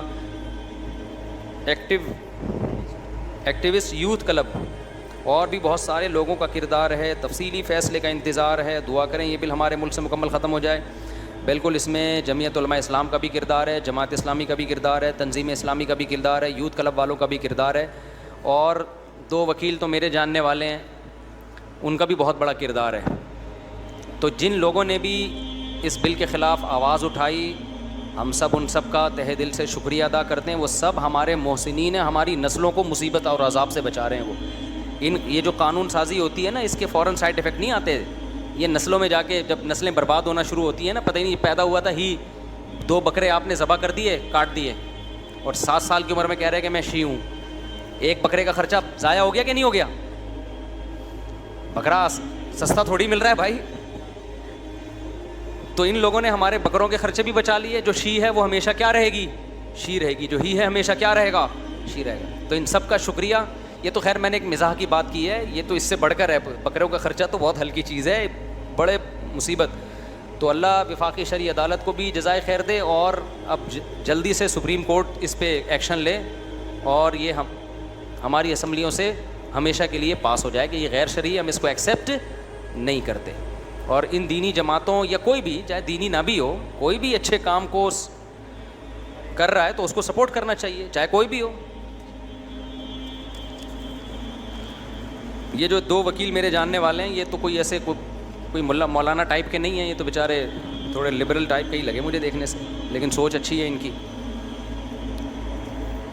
بہت محنت کی انہوں نے۔ مفتی صاحب، آزاد کشمیر سے آیا ہوں، ملاقات کرنا چاہتا ہوں۔ بھائی غلام کشمیر سے آؤ یا آزاد کشمیر سے آؤ، ملاقات کا ایک ٹائم ہے۔ میں بہت تھکا ہوا ہوتا ہوں اس وقت، کائنڈلی کسی اور وقت ملیں گے انشاءاللہ۔ صلو علی الحبیب۔ بلوچستان سے ہے نا، مل لی ہے نا، زبردست ملاقات ہوگی۔ مفتی صاحب، کیا نبی سے یہ ہو گیا؟ مفتی صاحب کئی بار کہا ہے کہ جنت کی زندگی کیسی ہوگی، اس پر بیان کریں، نیز سورۃ تکویر پر بیان کریں۔ بھائی جنت کی زندگی ایسی ہوگی، تھوڑی دیر کے لیے آنکھیں بند کرو۔ یہ شور کیسا ہو رہا ہے موبائل میں؟ ایسے نہیں ہوگی جنت کی زندگی۔ کبھی موبائل کہہ رہا ہوں مائک میں، دیکھو یہ کہاں سے آواز آ رہی ہے؟ مائک ہے نا؟ ہاں تو اس کو بلاؤ کسی کو بھائی، اس کو ٹھیک کریں۔ تھوڑی دیر کے لیے آنکھیں بند کر کے سوچ لیا کرو کہ میرے دماغ میں کیا ہے، میں کیا چاہتا ہوں کہ میری زندگی کیسی ہو۔ خوبصورت بنگلے ہوں، حور و رنگ ہو، نہریں بہہ رہی ہوں، تصور کرتے چلے جاؤ۔ جہاں آپ کا تصور ختم ہوگا نا، جنت اس سے بھی کئی گنا اوپر کی چیز ہے۔ اللہ کہتے ہیں مالا عین رأت ولا اذن سمعت ولا خطر علی قلب بشر۔ کسی آنکھ نے اب تک ایسی چیز دیکھی نہیں ہے، وہ نعمتیں، کسی کان نے ان کی حقیقت کو سنا نہیں ہے، اور کسی دل میں ان کا خیال بھی نہیں گزرا۔ تو دل سے سوچا ہی نہیں جا سکتا۔ جہاں آپ کی سوچ ختم ہوگی نا، جنت اس سے بھی اوپر کی چیز ہے۔ کیوں؟ اللہ نے تیار کی ہے بھائی، اور نیک بندوں کے لیے۔ دنیا میں ایسی ایسی عیاشیاں ہیں، دنیا میں ایسی ایسی عیاشیاں ہیں، حالانکہ وہ عیاشیاں اللہ نے کسی عمل کے بدلے میں نہیں دی ہوتی۔ تو جو عیاشی اللہ کامیابی کی صورت میں دے گا آپ کو، تو جتنا بڑا اللہ ہے نا میرے بھائی، اسی حساب سے جنت بھی ہے اس کی۔ سمجھتے ہو کہ نہیں سمجھتے؟ ہو گیا بیان جنت پہ؟ ٹھیک ہے، دوبارہ بھی کریں گے انشاءاللہ۔ ہاں کیوں نہیں، درجہ بندی ہوگی جنت میں، ساری سب کو ایک جیسی جنت تھوڑی، دنیا میں اعمال سب کے ایک جیسے تھوڑی ہیں۔ سب سے اعلیٰ جنت شہداء کے لیے، پیغمبروں کے لیے، وہ علماء جن کا عمل ان کے علم کے مطابق ہو، ان کے لیے۔ اور کیونکہ علماء میں بھی دیر آر 2 ٹائپس، بد عمل بھی ہوتے ہیں، با عمل بھی ہوتے ہیں، گمراہ بھی کر رہے ہوتے ہیں اس علم سے، لوگوں کو سیدھے راستے بھی چلا رہے ہوتے ہیں۔ تو عالم کی آزمائش تو عام لوگوں سے بھی زیادہ ہوتی ہے۔ تو پھر تہجد گزار ہے، روزے داروں کے لیے الگ جنت ہے. اچھا دیکھو نیکیوں میں بھی نا ہر ایک کا الگ الگ مزاج ہوتا ہے. کچھ لوگ آپ کو نمازیں زیادہ پڑھتے ہوئے نظر آئیں گے، لیکن کچھ لوگ صدقات و خیرات میں دوسروں سے آگے ہیں، کچھ لوگ نفلی روزوں میں دوسروں سے آگے ہیں، کچھ ان تمام عبادتوں میں کم ہوتے ہیں، والدین کی خدمت میں بہت آگے ہوتے ہیں وہ. تو ہر عبادت کا الگ نوعیت کا ثواب ہے، ہر عبادت کا جو ثواب اللہ نے رکھا ہے وہ الگ قسم کے نوعیت. تبھی حدیث میں آتا ہے نا روزے داروں کو الگ جنت ملے گی، الگ دروازہ ہوگا جس سے وہ جنت میں داخل ہوں گے. تو اس لیے ہمیں کوشش یہ کرنی چاہیے کہ تمام عبادتیں تھوڑی تھوڑی رکھیں اور ایک کو زیادہ فوکس کر لیں. ہم تھوڑی تھوڑی ساری عبادتیں ہونی چاہیے. باقی کمال ایک ہی میں پیدا ہو سکتا ہے، ساری چیزوں میں ہر آدمی کمال نہیں پیدا کر سکتا نا. بعض لوگ بدگمان بھی ہوتے ہیں کہ بھائی یہ فلاں جو ہے نا یہ تو نفلی روزے نہیں رکھتے، یہ فلاں بزرگ یہ تو صرف رمضان کے فرض روزے رکھتے ہیں. ہو سکتا ہے بھائی وہ تہجد پوری پوری رات پڑھتے ہوں، آپ تہجد نہیں پڑھتے. بعض دفعہ بدگمان ہوتا ہے یار یہ تہجد نہیں پڑھتے، تو ہو سکتا ہے صدقات و خیرات میں وہ اتنے آگے ہوں، وہاں سے اس کی تلافی ہو رہی ہو. تو اس لیے کسی کے بارے میں جلدی رائے نہ قائم کر لیا کریں دو چار چیزیں دیکھ کے کہ اس میں عمل نہیں ہے. ہو سکتا ہے کوئی دوسری چیز میں اس کا عمل آپ سے بہت زیادہ ہو. مفتی صاحب میری خواہش ہے کہ میرا نکاح آپ پڑھائیں، اگلے مہینے نکاح دعا کریں میرے حق میں، اللہ تعالیٰ برکت دے. بھائی یہاں نکاح مجھ سے پڑھوانا چاہتے ہیں ولی سے رابطہ کرو، میں ہوں گا تو پڑھا دوں گا. مفتی صاحب لوگ اتنی دور سے بیانات سننے کے لیے آتے ہیں، مسائل پوچھنے کے لیے آتے ہیں، آپ ایک سوال پڑھ کر اس کا جواب دینے میں گھنٹہ لگا دیتے ہیں، ہمارے مسائل کی بات ہی نہیں آتی، لہٰذا مختصر مسئلے کی وضاحت کر دی. اچھا میں اپنے ماں باپ کو عمرہ کروانا چاہتا ہوں، کافی دعائیں بھی کر رہا ہوں، پیسے اکٹھے نہیں ہو پا رہے، پلاننگ کروں کیسے کروں، کیا میرا یہ ہدف پورا ہو جائے گا؟ یہ تو پہلے بھی سوال آیا تھا. بھائی پلاننگ کریں، آپ کے پاس اگر وسائل ہیں تو پلاننگ کریں، ورنہ اس سے بڑے بڑے مسائل پڑے ہوئے ہیں دنیا میں، عمرے سے بھی بڑے بڑے مسائل ہیں. ہر آدمی ہر چیز، اب آپ کے پاس پیسے ہیں نہیں، آپ نے عمرے کی پلاننگ میں اتنا پیسہ اکٹھا کر کے ابا اماں کو عمرہ کرا دیا اور پھر جب وہ بیمار ہو رہے ہیں تو دوا کے پیسے آپ کے پاس نہیں ہیں. تو پلاننگ کرنے میں پہلے یہ سوچنا چاہیے اس کی پلاننگ کریں کہ یہ پلاننگ کرنے کی بھی ہے کہ نہیں ہے. کچھ وسائل ہوں تو پھر اس پہ سوچیں، نہیں ہے تو پھر اس سے بڑے بڑے مسائل کھڑے ہوئے ہیں. ابا کو بیمار ہو گئے، اماں بیمار ہو گئیں، آپ نے سارے پیسے لگا دیے عمرے پہ، تو ان کے بڑھاپے میں ان کے لیے علاج کے پیسے نہیں ہیں. تو پلاننگ کرنے سے پہلے یہ پلاننگ کریں کہ اس کام کی پلاننگ کرنی بھی ہے کہ نہیں کرنی. سمجھتے ہو کہ نہیں سمجھتے؟ پھر پلاننگ کریں. میرا مسئلہ ہے میں سوچتا بہت ہوں، بڑے بڑے اہداف بنائے ہوئے ہیں مگر عملی کوشش نہیں کر پاتا.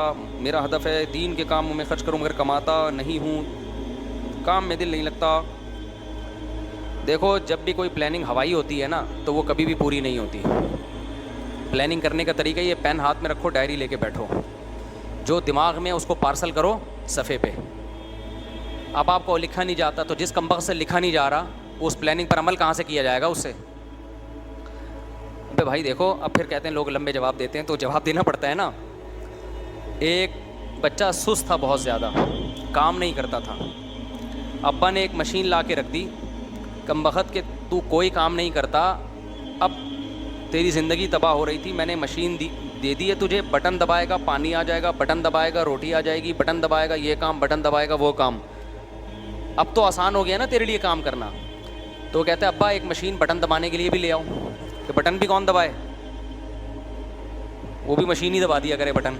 بٹن کون دبائے گا بیٹھ کے بھائی؟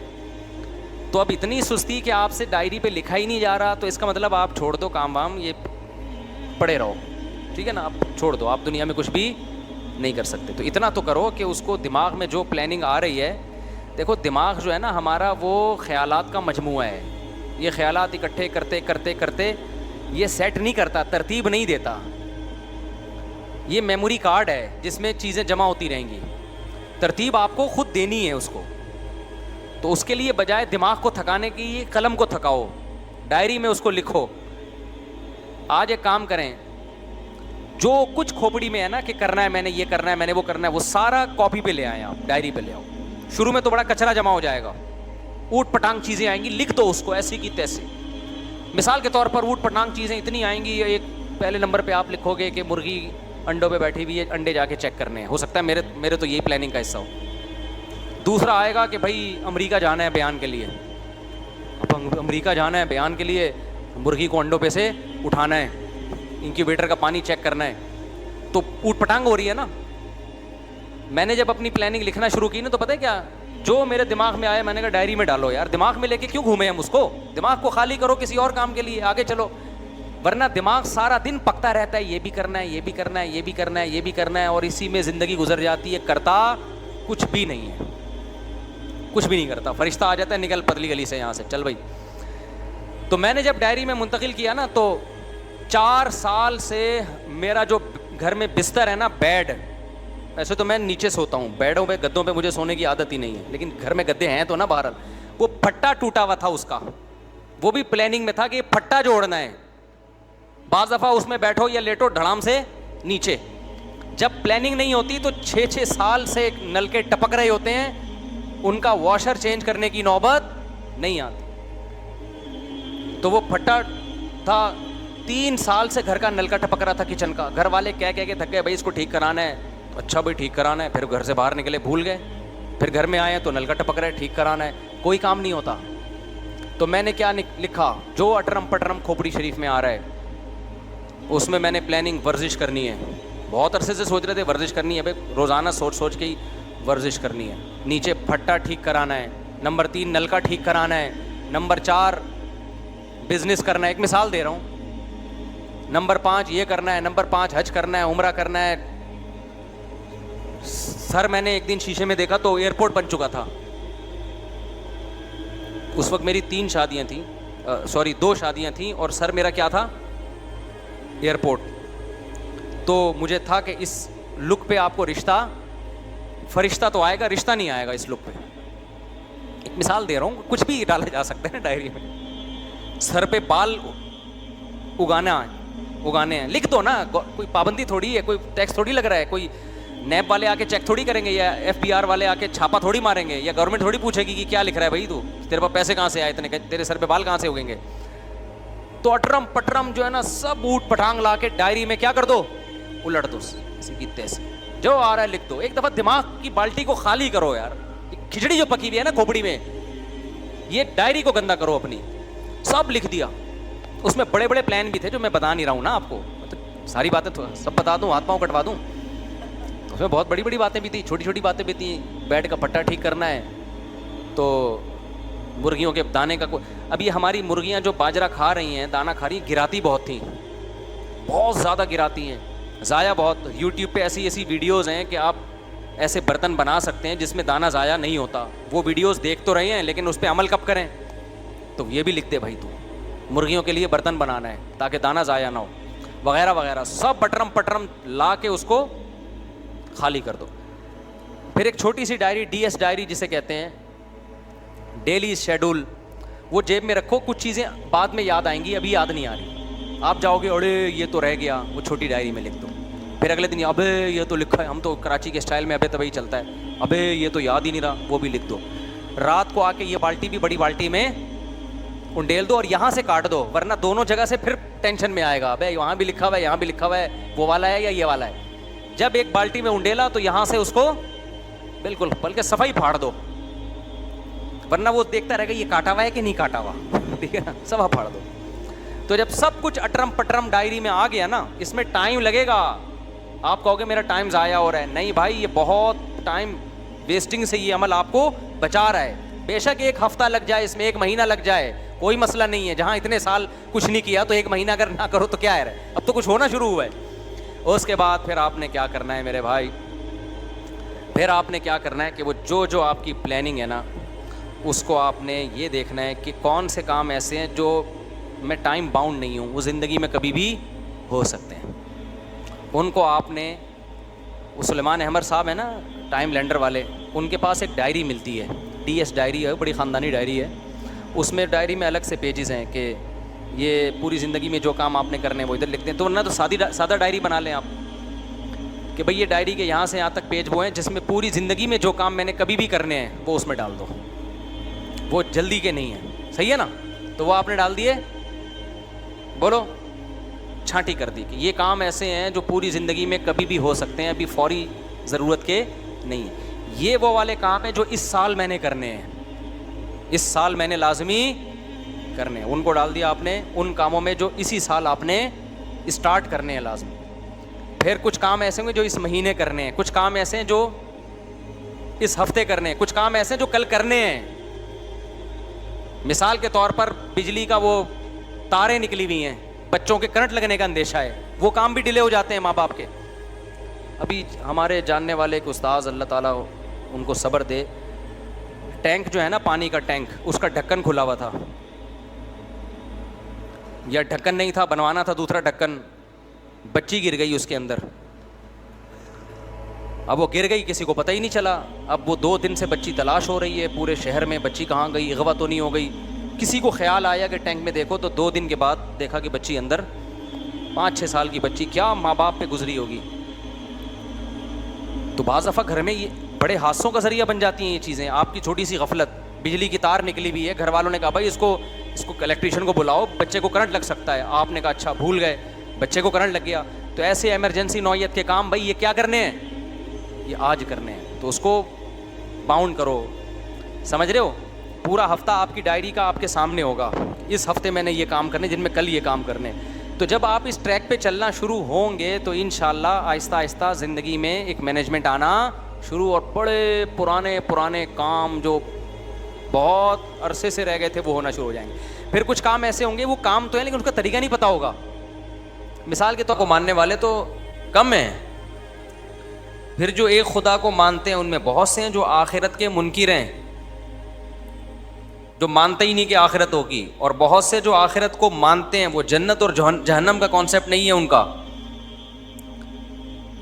اس وقت انہوں نے مجھے یہ جواب دیا, میں تھوڑا بہت مطمئن ہو گیا, لیکن مجھے یہ لگا کہ پھر یہ مسلمانوں کے لیے تو یہ ٹاپک گویا کہ بورنگ ہو گئے نا. یعنی پھر اس میں اٹریکشن غیر مسلم کے لیے تو ہو گئی, ہمارے لیے کیا اٹریکشن ہے بھائی. میں سمجھا پا رہا ہوں اپنی بات, کیونکہ ہم تو پہلے سے ہی مانتے ہیں.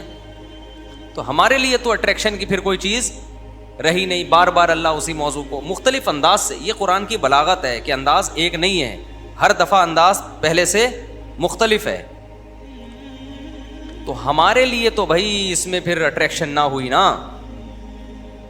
لیکن اب جب میں دیکھتا ہوں نا تو لگتا ہے بھائی جتنا یہ غیر مسلموں کے لیے ہے نا اتنا ہی ہمارے لیے بھی ہے.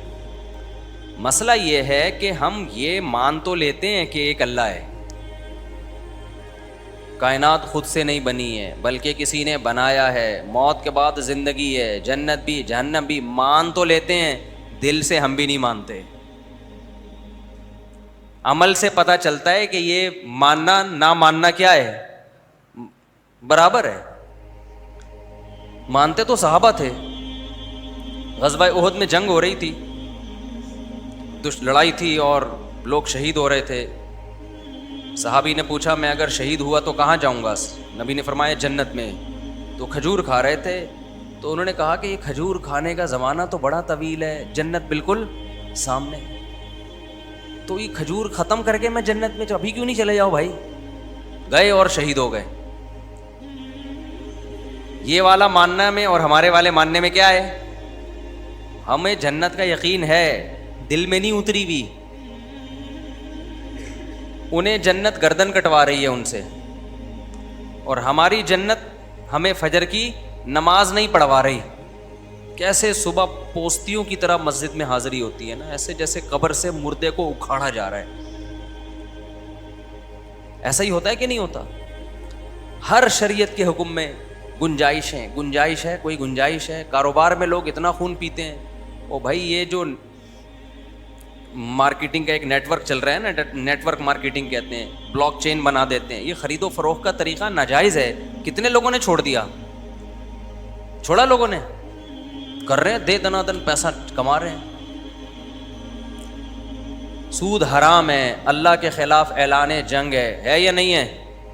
تو پھر اسلامی ملک میں سودی بینک چل کیسے رہے ہیں؟ حاجی نمازی ہی تو ہیں جو بینکوں کے مینیجر بنے ہوئے ہیں. کیا خیال ہے بھائی؟ بھائی آپ کہتے ہیں گورنمنٹ چلا رہی ہے, گورنمنٹ کیا پہیوں سے چلا رہی ہے کیا؟ بینکوں کے نیچے پہیے لگا کے دھکا دے کے چلا رہی ہے؟ لوگوں سے ہی تو چلا رہی ہے. اور یہ لوگ سارے بینکوں میں وہ ہیں جو 99% لوگ جو کلمہ پڑھتے ہیں, اور اس بینک کے حرام ہونے میں تو کوئی دیوبندی, بریلوی, اہل حدیث سے اختلاف بھی نہیں ہے. لوگ کہتے ہیں نا ابے ان مولویوں میں اختلافات ایکچولی اتنے ہیں, اس کی سنیں کہ اس کی سنیں, کس کی سنیں؟ او بھائی سارے مسئلوں میں تھوڑی اختلافات ہیں.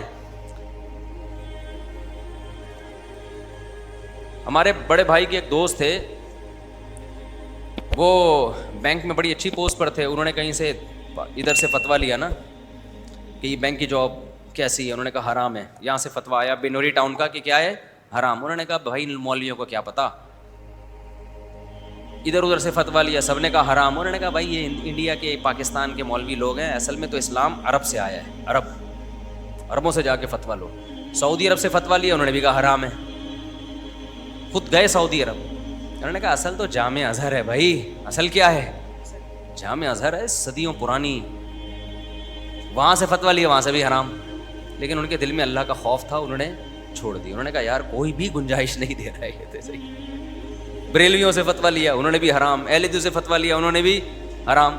تو ایک آدمی نے چھوڑ دی نا, 99% تو نہیں چھوڑتے. ایک طرف اتنی وعیدیں, فَأْذَنُوا بِحَرْبٍ مِّنَ اللَّهِ وَرَسُولِهِ, اگر تم سود لین دین نہیں چھوڑتے, اللہ رسول کا تمہارے خلاف اعلان جنگ. اس سے بڑی کوئی دھمکی ہو سکتی ہے بھائی؟ اعلان جنگ کا مطلب دشمن کا تو سب کچھ حلال ہوتا ہے. لیکن دے دنا دن بینک مینیجر کو آپ سمجھاؤ کہ بھائی یہ حرام ہے, کہہ رہے مجبوری میں کر رہا ہوں. پھر کہتے ہیں حرام مجبوری میں جائز ہو جاتا ہے. مجبوری کیا ہے بھائی؟ مجبوری میں لینڈ کروزر لے کے گھوم رہے ہیں مینیجر صاحب, شدید مجبوری ہے جس کی وجہ سے رکشے اور چنچی میں سفر. اللہ نے واقعی مجبوری میں حرام کو حلال کیا ہے. قرآن میں ہے کہ مجبوری میں حرام کو اللہ کیا کر دیتے ہیں, حلال. ما جعل علیکم فی الدین من حرج, اللہ کہتے ہیں ہم نے دین میں تنگی نہیں رکھی ہے. مگر وہ تنگی اللہ نے بیان کی ہے. بھوک سے مرنے لگو, پیٹ کمر سے چپک جائے, جان بچانا مشکل ہو جائے, تو خنزیر کو اللہ نے آپ کے لیے حلال کر دیا جان بچانے کے لیے, کہ جان بچاؤ, پہلے جان بچانا ضروری ہے. تو بینک کا مینیجر اگر اس کو پتا ہے کہ میں نے بینک جاب چھوڑ دی تو کھانے کے لالے پڑ جائیں گے, روٹی نہیں ملے گی, بھوک سے مر جاؤں گا میں, تو جب مرنے لگے گا تو کر لے بھائی. تو میں یعنی اس میں اپنے آپ کو بھی شامل کر رہا ہوں, میں کسی پہ ملامت نہیں کر رہا. ہم سب ایسے ہیں, باتیں ہماری بہت بڑی بڑی ہیں, منہ سے ہم سب بولتے ہیں جنت پر ایمان, جہنم پر ایمان, اللہ پر ایمان. لیکن جو ایمان کا تقاضا ہے, جو جنت پہ یقین رکھتا ہے, اس کا عمل ایسا نہیں ہوتا جیسا ہم لوگوں کا عمل ہے. وہ تو صحابہ اس پہ پورے اترتے تھے بس, اس معیار پہ. تو اب اندازہ ہوتا ہے کہ بھائی صرف ایمان لے آنا کافی نہیں ہے, بلکہ ایمان کا بنانا ضروری ہے, اس کا دل کے اندر اتر جانا ضروری ہے. کہ کائنات بنی نہیں ہے, بنایا ہے کسی نے, بنانے والا ایک اکیلا ہے, اس کے ساتھ کوئی شریک نہیں ہے. شرک کتنا ہے ہمارے مسلمانوں میں, اللہ بار بار شرک کو حرام کرتا ہے. ہم تو کہتے ہیں یار بار بار اللہ ایک ہی موضوع کو ریپیٹ کر رہے ہیں, ایک دفعہ بتا دینا کافی تھا. لیکن مشرک مسلمانوں میں اتنے ہو گئے ہیں, یعنی مسلمان سے مراد من حیث القوم جس کو مسلم کہا جاتا ہے, ان میں اتنے ہو گئے ہیں کہ لگتا ہے کہ اللہ تو نے جتنا شرک پہ رد کیا, تجھے تو اور زیادہ رد کرنا چاہیے تھا, اور زیادہ رد کرنا چاہیے تھا. بہانے سے کوئی نہ کوئی شرک لے آتے ہیں. تو شرک کو دیکھ لو آپ, پھر آخرت پر یقین کا حال دیکھ لو. موت کے وقت بھی اب لوگ یعنی سدھرنے کے لیے تیار نہیں ہیں. پہلے نا کسی کو ہارٹ اٹیک ہو جاتا تھا, انسان کا بچہ بن جاتا تھا, یار اللہ کی طرف سے اب تو بھائی ایک علامت آ گئی ہے بیٹا, اب سدھر جاؤ, انسان بن جاؤ. پہلے ہم نے دیکھا تھا لوگوں کو ایک بیماری آئی, بڑی نکلے, توبہ طائب کر کے اللہ تو نے جھٹکا دے دیا, اب میں انسان کا بچہ بنوں گا, نمازیں شروع کر دیتا تھا, داڑھی بھی رکھ لیتے تھے, اور بس بھائی اب بہت بدماشی. اب 3 اٹیک ہو چکے ہیں. جیسے ہی آپریشن میں ہوش آتا ہے نا, تو سب سے پہلے ٹی وی لگا کے بیٹھ جاتا ہے. جیسے ہوش آتا ہے نا تو پوچھتا ہے اور بھائی کیا چل رہا ہے کرکٹ میں, کون جیتا, بھائی کون آ رہا, کیا چل رہا ہے بھائی, ذرا اسکور بتا یار, میں تھوڑا دیر کے لیے, اصل میں ایکچولی وہ ٹیکا لگا دیا تھا, بے ہوش ہو گیا تھا, مجھے بھی اسکورنگ کا. یعنی جو آپ کی ترجیحات تھیں وہ ترجیحات ہی بدل گئی ہے. وہی شاعر کا ایک شعر ہے نا, نظر سوئے دنیا قدم سوئے مرقد, کہاں جا رہا ہے کدھر دیکھتا ہے, قدم روز بروز قبر کی طرف. تو یہ جو قرآن نے مضامین بیان کیے ہیں یہ جتنے اہم کافروں کے لیے ہیں اتنے ہی زیادہ ان کی اہمیت مسلمانوں کے لیے ہے. ایک بات کا میں ہمیں قرآن پڑھ کے انداز ہو. میں پتہ ہے مدرسے آیا اس لیے تھا, ہمارے استاد سے میں نے پوچھا کہ مدرسے میں کیا جب میں داخلہ لوں گا تو مجھے قرآن عربی میں سمجھ میں آئے گا, نماز میں جو امام صاحب تلاوت کرتے ہیں مجھے سمجھ میں آئے گا؟ انہوں نے کہا کیوں نہیں آئے گا. یہ چیز مجھے اٹریکشن کا ذریعہ بنی کہ یار قرآن تو سمجھیں کہ قرآن کی زبان میں. وہ ترجمے میں وہ بات نہیں ہوتی, ترجمے میں وہ مزہ نہیں ہوتا. کسی بھی زبان کا جب آپ ترجمہ کرتے ہو نا تو وہ جان ختم ہو جاتی ہے اس میں. قرآن تو عربی میں نازل ہوا بھائی, انگلش اردو میں تھوڑی ہے قرآن. عربی آئے گی تو پتہ چلے گا کہ کیا ہے, اس کے لب و لہجوں سے آپ واقف ہو گئے. تو ہم نے تو پھر عربی ادب کی کتابیں اور وہ شاعری اور وہ ساری, تاکہ کیونکہ زبان صرف کسی کتاب سے نہیں سیکھی جا سکتی جب تک آپ پورا لٹریچر نہیں پڑھتے اس سے متعلق. پھر جب ہم پڑھتے تھے ہمیں پتہ چلا بھائی یہ قرآن کے تو مضامین وہ ہیں ہی نہیں جو جن چیزوں میں ہم الجھے ہوئے ہیں. وہ تو قرآن تو ان چیزوں کو ویلیو ہی نہیں دیتا. ہم تو رفع الدین میں سب سے زیادہ ہمیں مزہ آتا ہے, ٹانگیں چوڑی اور پتلی میں بہت مزہ آتا ہے کہ نہیں آتا. کوئی مناظر ہو جو رفع الدین کے مناظرے کرتا ہو اس کو اس سے کوئی غرض نہیں ہوتی کہ یہ ہندو ہے مسلم میں کیا, وہ دیکھ رہے ٹانگیں چوڑی کی ہیں کہ پتلی کی ہیں, ٹھیک ہے, اس کو اس میں مزہ آتا ہے. رفع الدین کیا ہے کہ نہیں کیا, آمین زور سے کہیے آہستہ کہیے. یزید کے بارے میں کیا رپورٹ ہے اس کی, اس کا نظریہ کیا ہے. تو شخصیات کو لے کے یا نمازوں میں چھوٹے موٹے اختلافات کو لے کے ہم تو ان چیزوں کو بہت ویلیو دیتے ہیں. الحمد سے لے کے قرآن جن چیزوں کو ویلیو دیتا ہے وہ اس کے علاوہ ہیں. تبھی بار بار ہم کہتے ہیں قرآن کو قرآن کی زبان میں سمجھو.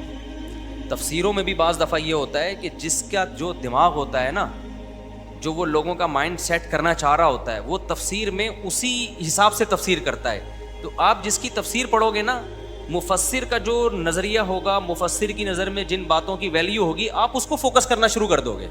رائٹر کا بڑا اثر پڑتا ہے کہ جس نے لکھی. تاریخ پتہ ہے کیا ہے, ہسٹری میں ہوتا کیا ہے, ہسٹری جب بھی پڑھی جاتی ہے نا, یہ نہیں کہ منہ اٹھا کے جس کی چاہے کتاب پڑھ لو. ہسٹری میں آپ کو دیکھنا پڑتا ہے کہ جس نے کتاب لکھی ہے اس کے اپنے نظریات کیا تھے. بہت زیرک ہو کے ہوشیاری کے ساتھ تاریخ پڑھنی پڑتی ہے, کیونکہ جس کا جو کانسیپٹ ہوتا ہے نا, اگر وہ شیعہ ہے تو ہسٹری ساری شیعہ کے حساب سے لکھے گا, وہ سنی ہے تو ہسٹری ساری سنی کے حساب سے لکھے گا. وہ اگر اس کا ایک خاص نظریہ ہے وہ اس اسٹائل سے لکھے گا. تو آپ کا وہ مائنڈ بن جائے گا اور آپ کہو گے تو ہسٹری سے ثابت ہے, لیکن ہسٹری سے ثابت نہیں ہوتا. وہ رائٹر جو مصنف ہے, مؤلف ہے, وہ اس کا اپنا نظریہ ہوتا ہے جو لاشعوری طور پر آپ کو پتہ بھی نہیں چلا ہوتا. اس نے اپنا نظریہ آپ کے دماغ میں انسٹال کر دیا ہوتا ہے. اچھے کو برا بنا دیا ہوتا ہے, برے کو اچھا بنا دیا ہوتا ہے اس نے. تاریخ میں بہت ہوتا ہے ایسا. اس لیے ہم کہتے ہیں صحابہ کرام کو سمجھنے کے لیے سب سے پہلے قرآن ہے. تاریخیں انسانوں نے لکھی ہیں اور قرآن اللہ نے لکھوایا انسانوں سے ہی ہے, مگر اس میں غلطی سے پاک ہونے کی ذمہ داری کس نے لی ہے, اللہ نے لی ہے. جب قرآن نے کہہ دیا رضی اللہ عنہم, نبی کے ساتھیوں کو جو بھی کلمہ گو مسلمان تھے ان کے فضائل بیان کر دیے, تو ہسٹری کی ایسی کی تیسی. میں یہ نہیں کہہ رہا ہسٹری سے صحابہ کا غلط ہونا ثابت ہو رہا ہے, ہسٹری سے ہوتا بھی نہیں ہے, لیکن ہسٹری جو لکھ رہا ہے نا, اگر اس کے دل میں صحابہ کا بغض ہے تو وہ ساری چیزوں کو اسی حساب سے لے کے جاتا ہے. وہ جو فیور میں چیزیں جاتی ہیں ان کو اگنور کرتا ہے, جو مخالفت میں جائیں گی ان کو ویلیو دے گا. وہ اس کو کہتے ہیں ایک آنکھ بند کر کے تحقیق کرنا. بعض اسکالرز ایسے ہیں جب وہ تحقیق کرتے ہیں تو ایک آنکھ بند کر کے وہ چیزیں دیکھتے ہیں جو ان کے فیور میں جا رہی ہیں, جو ان کے اگینسٹ جا رہی ہیں, وہاں سے آنکھ کیا کر لیتے ہیں, بند. اب جس کو صحابہ کا بغض ہے, ہسٹری جب وہ پڑھے گا یا لوگوں کے سامنے بیان کرے گا تو وہ چیزیں لے کر آئے گا جس سے ان کی شان میں کمی آ رہی ہو.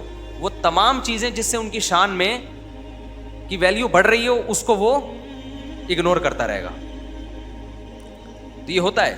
غزوہ احد میں دیکھ لو نا, غزوہ احد میں صحابہ کرام کو شکست ہوئی.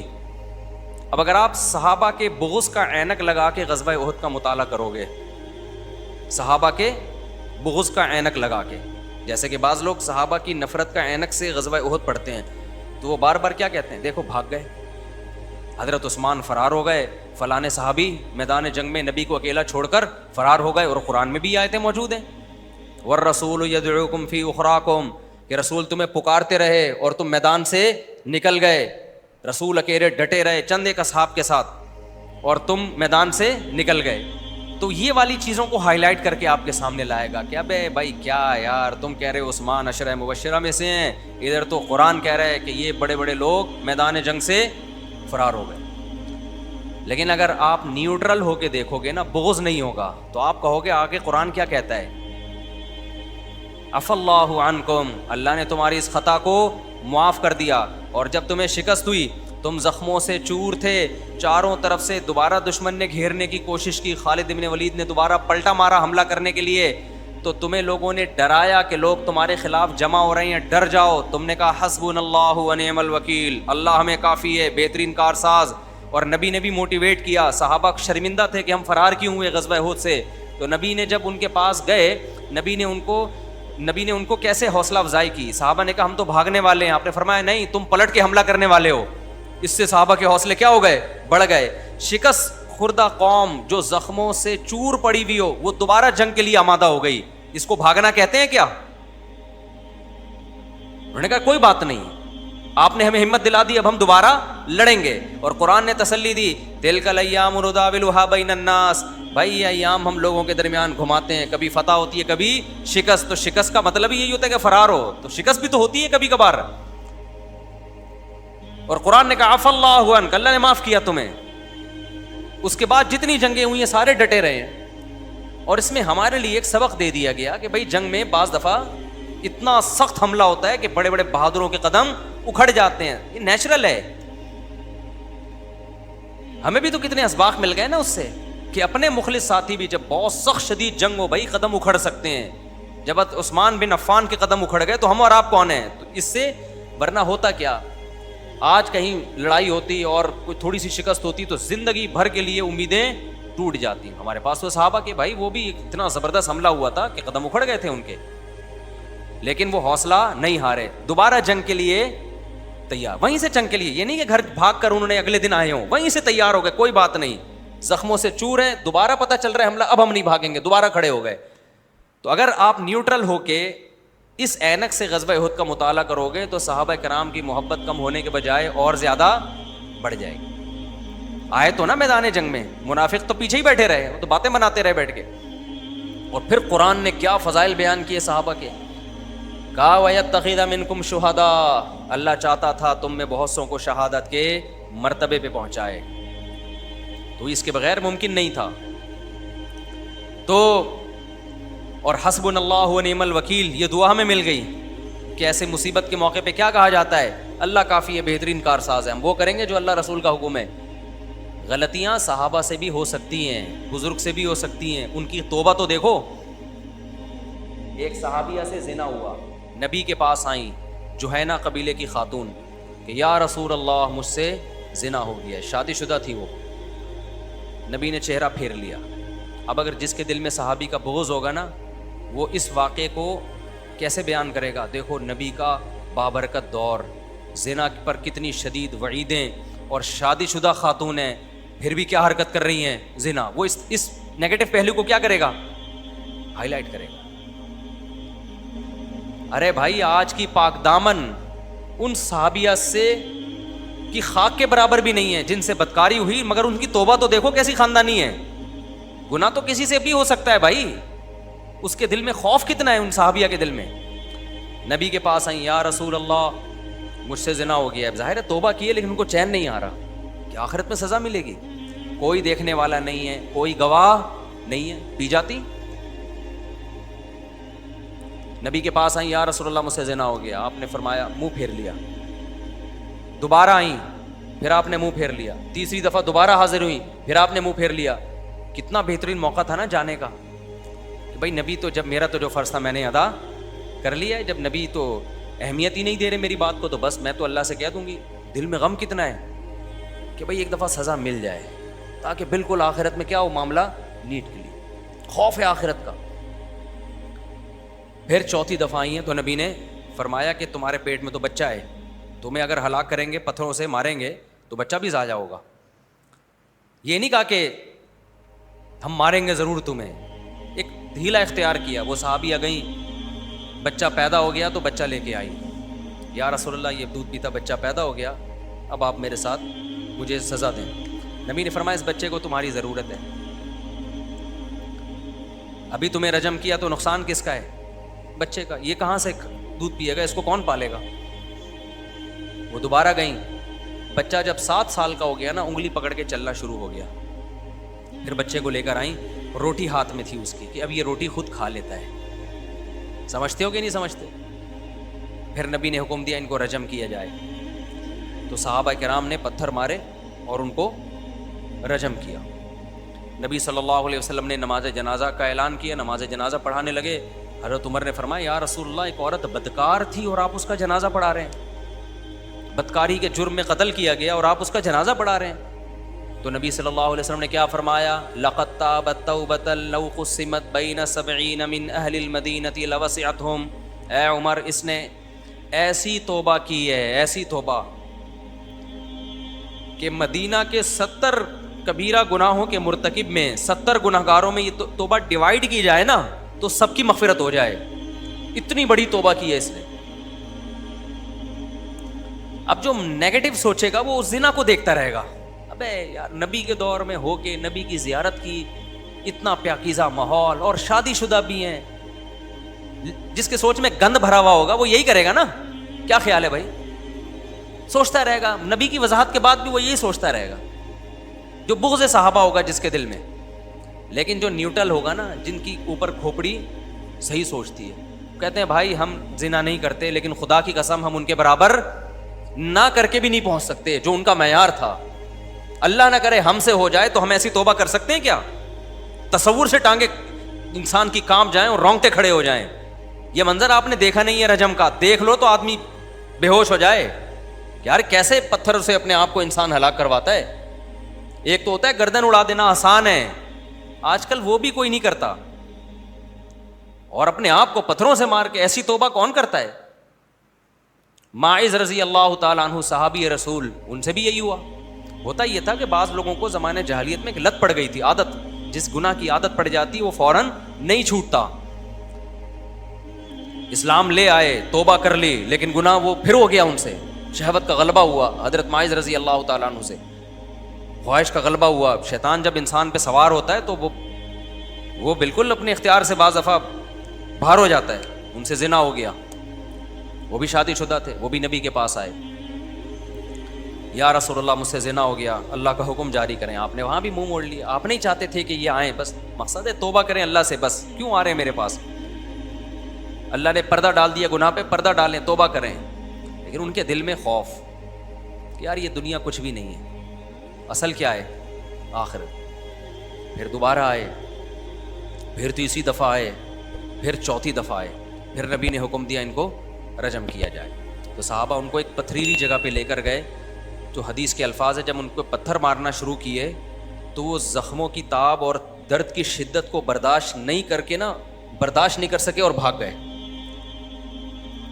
ہوتا ہے نا جب ظاہر ایک انسان کے اختیار سے باہر ہے پتھر کھانا، تو وہ بھاگے ہیں. تو وہ صحابہ کرام ان کے پیچھے اور بالآخر ان کو گھیر کے رجم کر دیا ان کو. تو نبی صلی اللہ علیہ وسلم کو جب اطلاع ملی کہ وہ بھاگ گئے تھے تو آپ نے فرمایا ہلا ترکتموہ، اگر وہ بھاگ گئے تھے تو تمہیں ان کو چھوڑ دینا چاہیے تھا، پھر نہیں گھیرنا چاہیے تھا. اسی سے علماء نے مسئلہ استنباط کیا ہے کہ جو گواہوں کے ذریعے سزا ثابت ہو نا اس میں تو بھاگنے نہیں دیا جائے گا. لیکن ایک آدمی نے خود اقرار کیا ہے تو اس کے بھاگنے کو یہ سمجھا جائے گا جیسے اس نے اس اقرار سے رجوع کر لیا ہے. سمجھ میں آ رہی ہے بات؟ تاکہ حد کو کیا کیا جائے؟ ساقط. شریعت میں حد کوئی پسندیدہ چیز نہیں ہے.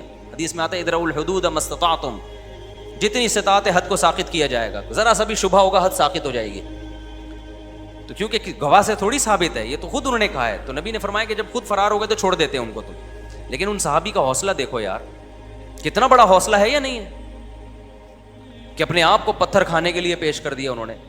تو جس کے دل میں صحابہ کرام کا بغض ہے، صحابہ کرام کا بغض ہے، اس کو تو ہر چیز الٹی نظر آئے گی. حضرت معاویہ بھی برے لگیں گے اس کو. جس کو بغض نہیں ہے وہ کہے گا بھائی سیدنا معاویہ اور سیدنا علی کا سیاسی اختلاف تھا. حضرت معاویہ حضرت علی کے خلاف بغاوت پہ نہیں آئے تھے. بغاوت یہ ہوتی ہے کہ عوام ریاست پہ حملہ کرے، باقی لوگ ریاست پہ حملہ کریں. حملے میں پہل سیدنا علی نے کی تھی، حضرت معاویہ نے تھوڑی کی تھی. انہوں نے تو اپنا دفاع کیا ہے. اور ان کا مطالبہ بذات خود تو جائز تھا کہ سیدنا عثمان کے قاتلوں کا حساب لو، بھائی ہم ان کے خاندان کے لوگ ہیں. فقط جعلنا لولیہ سلطانا، اللہ کہتے ہیں ہم نے جو ولی ہے مقتول کے اس کو قدرت دی ہے، وہ قصاص لے سکتا ہے، تو ہمیں اللہ نے یہ رائٹ دیا ہے، تو حکومت پہ دباؤ ڈالنے کے لیے بذات خود یہ جائز مطالبہ ہے، اس میں نہ حکومت کی کرسی مقصد ہے نہ لالچ مقصد ہے. دوسری طرف سیدنا علی کا مطالبہ یہ تھا، بھائی میرے پاس طاقت نہیں ہے قاتلوں کو قصاص لینے کی، اور اگر میں نے آپ کو ایسے ہی چھوڑ دیا تو امت دو ٹکڑے میں بٹ سکتی ہے، تو آپ کو تلوار کی زور سے ہم بیعت پر مجبور کریں گے. ایک سیاسی اختلاف ہے، اس میں کسی کا مقصد برا نہیں ہے.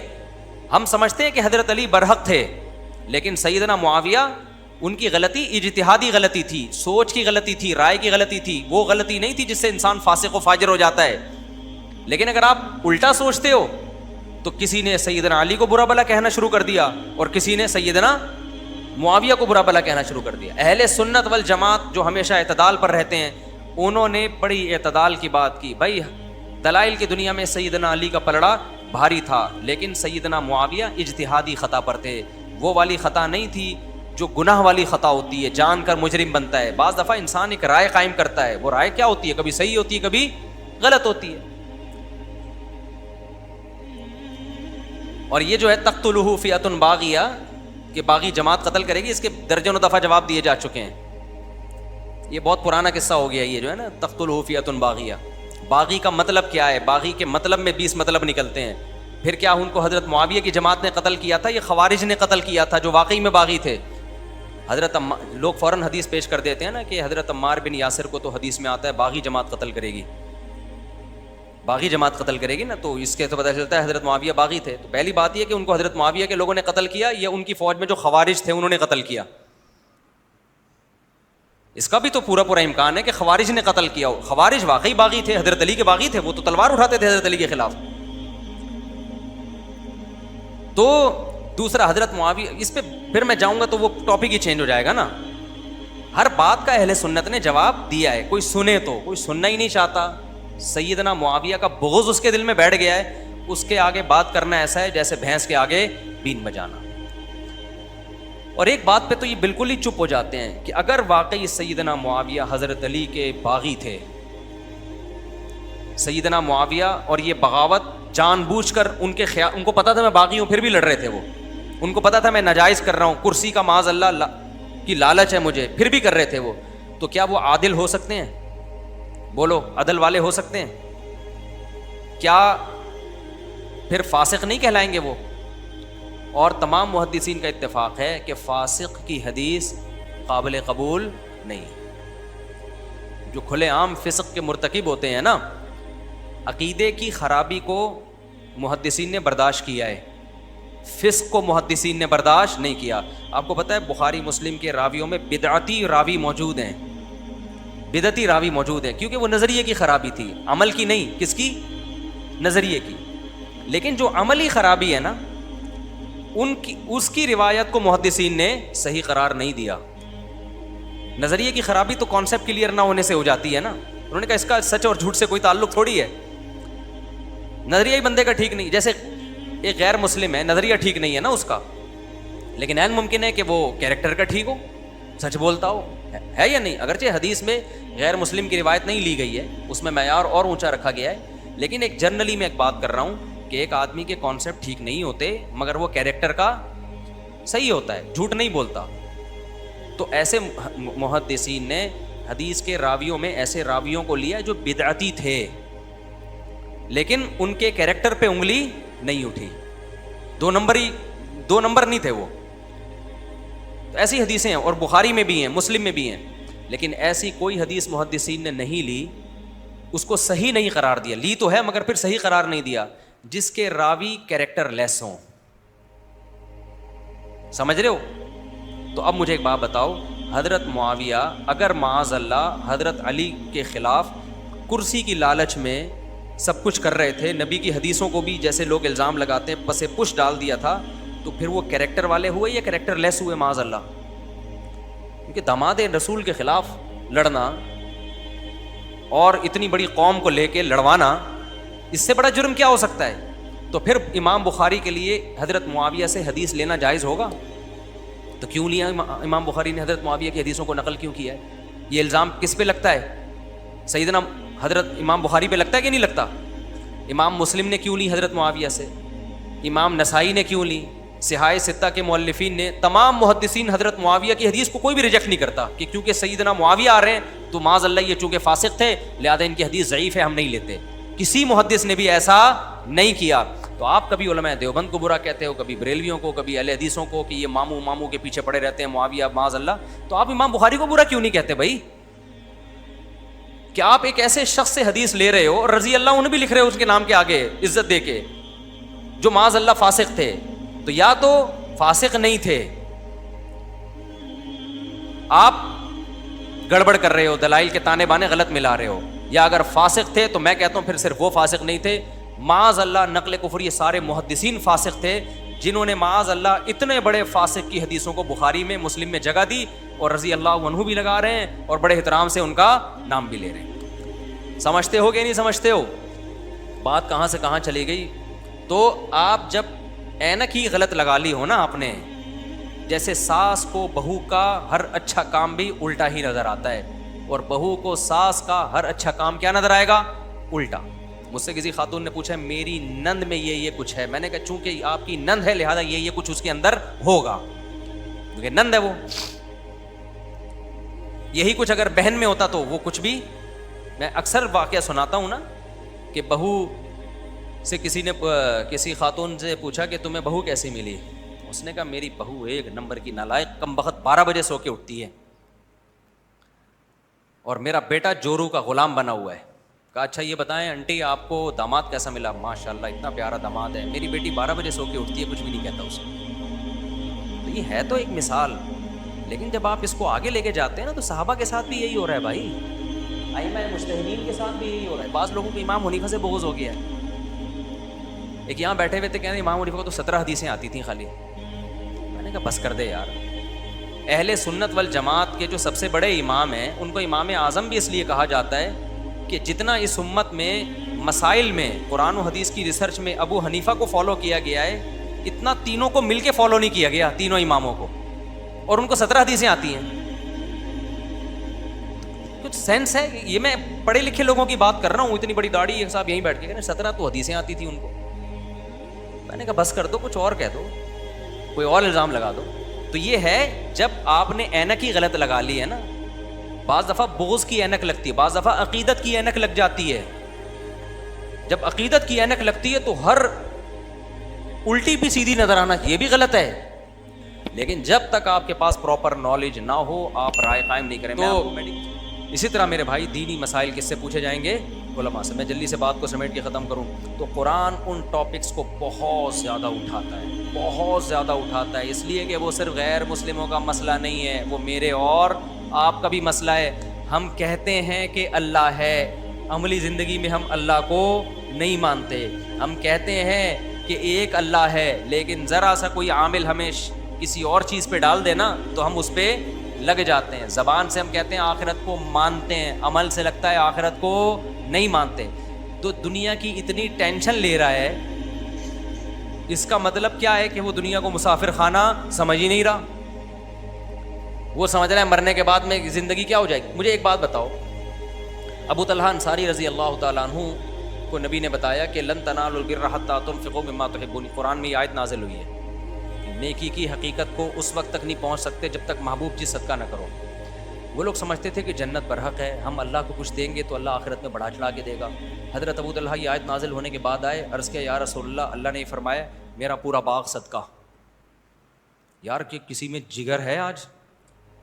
باغ سورس آف انکم تھا، سمجھ رہے ہو، پراپرٹی تھی. کیا تھی؟ پراپرٹی. صدقہ کرنا آسان کام نہیں ہوتا. وہ لوگ تو کر لیتے ہیں، خربوں کی جائیدادیں ہیں تو چلو ایک پلاٹ مدرسہ کے لیے 120 گز کا، وہ تو کر لیتے ہیں. جن کی پراپرٹی اتنی سی ہو وہ اتنا بڑا باغ آ کے صدقہ کر رہے ہوں. تو نبی نے کیا فرمایا؟ بخن بخن واہ واہ ذاک مال رابح. فرمایا تو بڑا قیمتی مال ہے. اور ہمارے نبی کا بھی آخرت پر ایمان تھا نا. ظاہر ہے آپ تو ایمان لوگوں کے دلوں میں ڈال رہے تھے.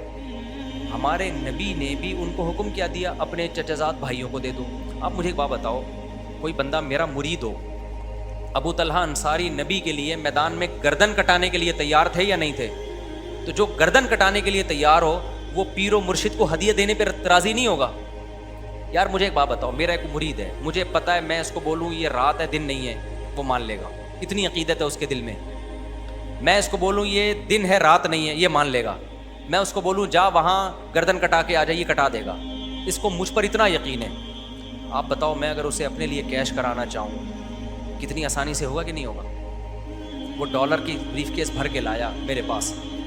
مرید ایسا ہے کہ میں جو بولوں وہ ایمان لا چکے، صحابہ تو ایمان لا چکے تھے نا نبی پر۔ جس کو نبی کہہ دیا اس کا مطلب نبی نے اگر کہہ دیا نا دن نہیں ہے رات ہے، تو دن کو کیا ماننا پڑے گا؟ رات ماننا پڑے گا۔ اتنی عقیدت ان کے دلوں میں۔ اب بتاؤ میرے کسی مرید کے دل میں میری اتنی عقیدت ہو، اور میرے گھر بھی زیادہ ہوں اور کھانے کو روٹی بھی نہ ہو۔ ہمارے نبی کی 9 بیویاں تھیں اور گھر میں 40 دن فاقے، یہی تھا نا؟ فرض کرو میری کنڈیشن یہ ہو کہ میرے گھر میں 4 ہیں اور گھر میں فاقے چل رہے ہیں، کھانے کو دھیلے کا نہیں ہے میرے پاس ایک میرا مرید آتا ہے جو میرے کہنے سے دن کو رات اور رات کو دن کہہ دیتا ہے۔ میں اس کو بولوں جا ٹرک کے نیچے آ جا، مار لے اپنے آپ کو، قتل کر دے، وہ اس کے لیے بھی تیار ہے۔ میں اس کو بولوں جا فلاں جگہ جا کے گردن کاٹ دے، وہ اس کے لیے تیار ہے۔ اب وہ ڈالر کی پوری بریف کیس بھر کے لایا اور کہنے لگا اللہ نے کہا ہے کہ اللہ چاہتا ہے کہ بہترین مال اللہ کی راہ میں نکالو، تو آپ بتائیں میں کیا کروں؟ آپ کی خدمت میں، آپ کے حوالے، آپ جو کہیں گے وہ ہوگا۔ میرے دل میں ذرا سی بھی لالچ ہوگی نا، اور مجھے اپنی باتوں پہ خود اگر مجھے یقین نہیں ہوگا، میں جنت کے فضائل صبح شام سنا رہا ہوں گا، لیکن میرے دل میں ذرا سا چور ہوگا، پتہ نہیں یار ہے بھی کہ نہیں۔ یار میں ان کو بتا تو رہا ہوں کہ جنت بہت زبردست چیز ہے، ایسا نہ ہو کہ ذرا سا بھی چور ہوگا نا میرے دل میں، میں کہوں گا یار پیسے کمانے کا اس سے بہتر آپشن مجھے اب دوبارہ نہیں۔ میں کہوں گا بھائی مجھے دے دو، کیونکہ شیخ و مرشد کو پیسے دینے سے اللہ بہت خوش ہوتا ہے۔ جبکہ شیخ و مرشد کے گھر میں فاقے چل رہے ہوں اور شیخ و مرشد جو ہے جس نے تمہیں ہدایت دی ہو اس پہ خرچ کرنے کا جو ثواب ہے نا، او ہو کہیں بھی نہیں۔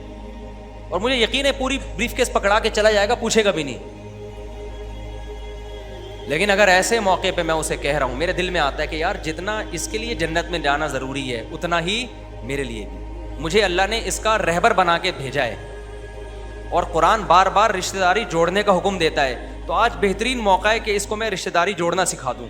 تو میں کہوں گا اپنے چچزاد بھائیوں کو دے دو جا کے، تاکہ تمہیں پتہ چلے اسلام میں رشتوں کی کتنی ویلیو ہے۔ خدا کی قسم محمد صلی اللہ علیہ وسلم نے جو 23 سال میں انقلاب دنیا میں لے کر آئے ہیں نا، یہ سیرت تھی نبی کی، جس کو دیکھ کے صحابہ کرام نے ایسی آگ بھری ہے، ان کو یقین آ گیا کہ واقعی جنت برحق ہے، اس لیے کہ جو جنت کے فضائل سنا رہا ہے وہ جنت کا سب سے زیادہ مشتاق ہے، اور وہ پریکٹیکلی کر کے دکھا رہا ہے کہ مجھے اللہ کے وعدوں پر جتنا یقین ہے اتنا تمہیں نہیں ہو سکتا۔ آج جو لیڈر ہے نا، لیڈر جو پیر و مرشد بنا بیٹھا ہوتا ہے، مریدوں کو پتا ہوتا ہے سب سے زیادہ دنیا کی محبت اسی کمبخت کے دل میں ہے۔ ہمارے ٹکڑوں پہ تو چل رہا ہے یہ سارا، تبھی ہر بیان میں مرید پیر پہ خرچ کرنے کے فضائل آ رہے ہوتے ہیں۔ بعض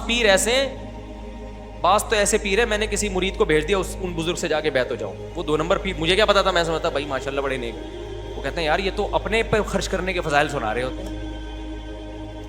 بندہ میرے گھر میں بھیجتے ہیں کہ یار کو پیسے نہیں بھیجے تم نے، پیر صاحب کو ہدیہ دیا کرو، اس کا بہت کیا ملتا ہے، ثواب ملتا ہے۔ میں نے کہا عجیب و غریب قسم کا پیر آیا یار،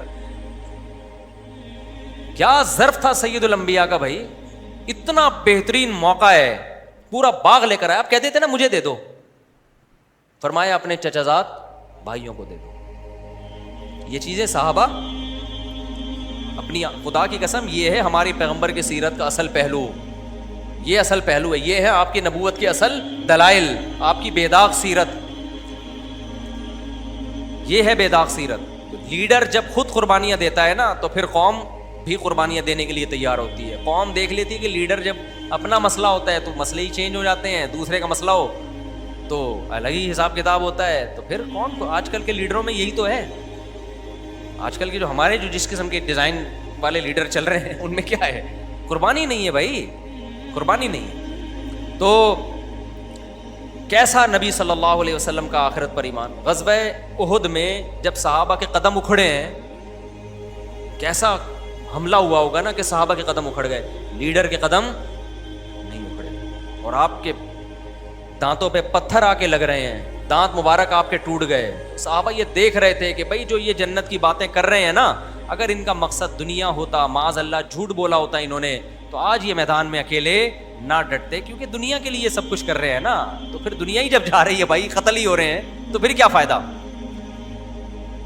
اور یہی حکمت تھی ہمارے نبی صلی اللہ علیہ وسلم نے غربت کو اختیار کیا. اگر آپ دولت کو اختیار کر لیتے, وہ بھی جائز تھا, سلیمان علیہ السلام کے پاس دولت نہیں تھی کیا, ہمارے نبی نے غربت کو اس لیے اختیار کیا کہ آپ آخری نبی ہیں. آخری نبی نے اپنی طرف اعتراضات کی جو انگلیاں تھیں نا, جو آپ کی طرف اٹھ سکتی تھیں, ان تمام اٹھنے والی انگلیوں کا راستہ بند کر دیا. ایسی سیرت کے کوئی اعتراض کر ہی نہ سکے آپ کے اوپر کسی بھی طرح سے, ورنہ آپ دولت بھی تو رکھ سکتے تھے, اللہ نے اختیار دیا تھا آپ کو, اور جائز بھی تھا. صحابہ کرام نے دولت نہیں رکھی, دولت بری چیز ہوتی تو ہمارے نبی صحابہ کو رکھنے دیتے, خود نہیں رکھی, فرمایا فاقوں میں ہی رہوں گا میں, تاکہ کوئی انگلی نہ اٹھا سکے کہ یہ سارا معاذ اللہ آپ نے سیٹ اپ بنایا تھا دنیا کمانے کے لیے. نہ بھائی, ہمارے نبی کی سیرت سے پتہ چلتا ہے اس میں دنیا کی محبت کا کوئی دخل نہیں ہے. ایک اور میں مثال دے کے, ابھی اذان کا ٹائم ہو رہا ہے, بس جلدی سے مثال دے دوں. آپ مجھے بتاؤ, میں اگر کہیں پڑا ہوا ہوں غربت میں, میرے مریدین آئیں اور دیکھیں کہ استاد جی کو تو ہم سمجھتے تھے لینڈ کروزر میں گھوم رہے ہیں, میں سمجھتے تھے ریوو میں گھوم رہے ہیں, اور یہ آج استاد جی کے گھر میں آئے تو نہ بیٹھنے کے لیے صوفہ, نہ چارپائی, کھجور کی چٹائی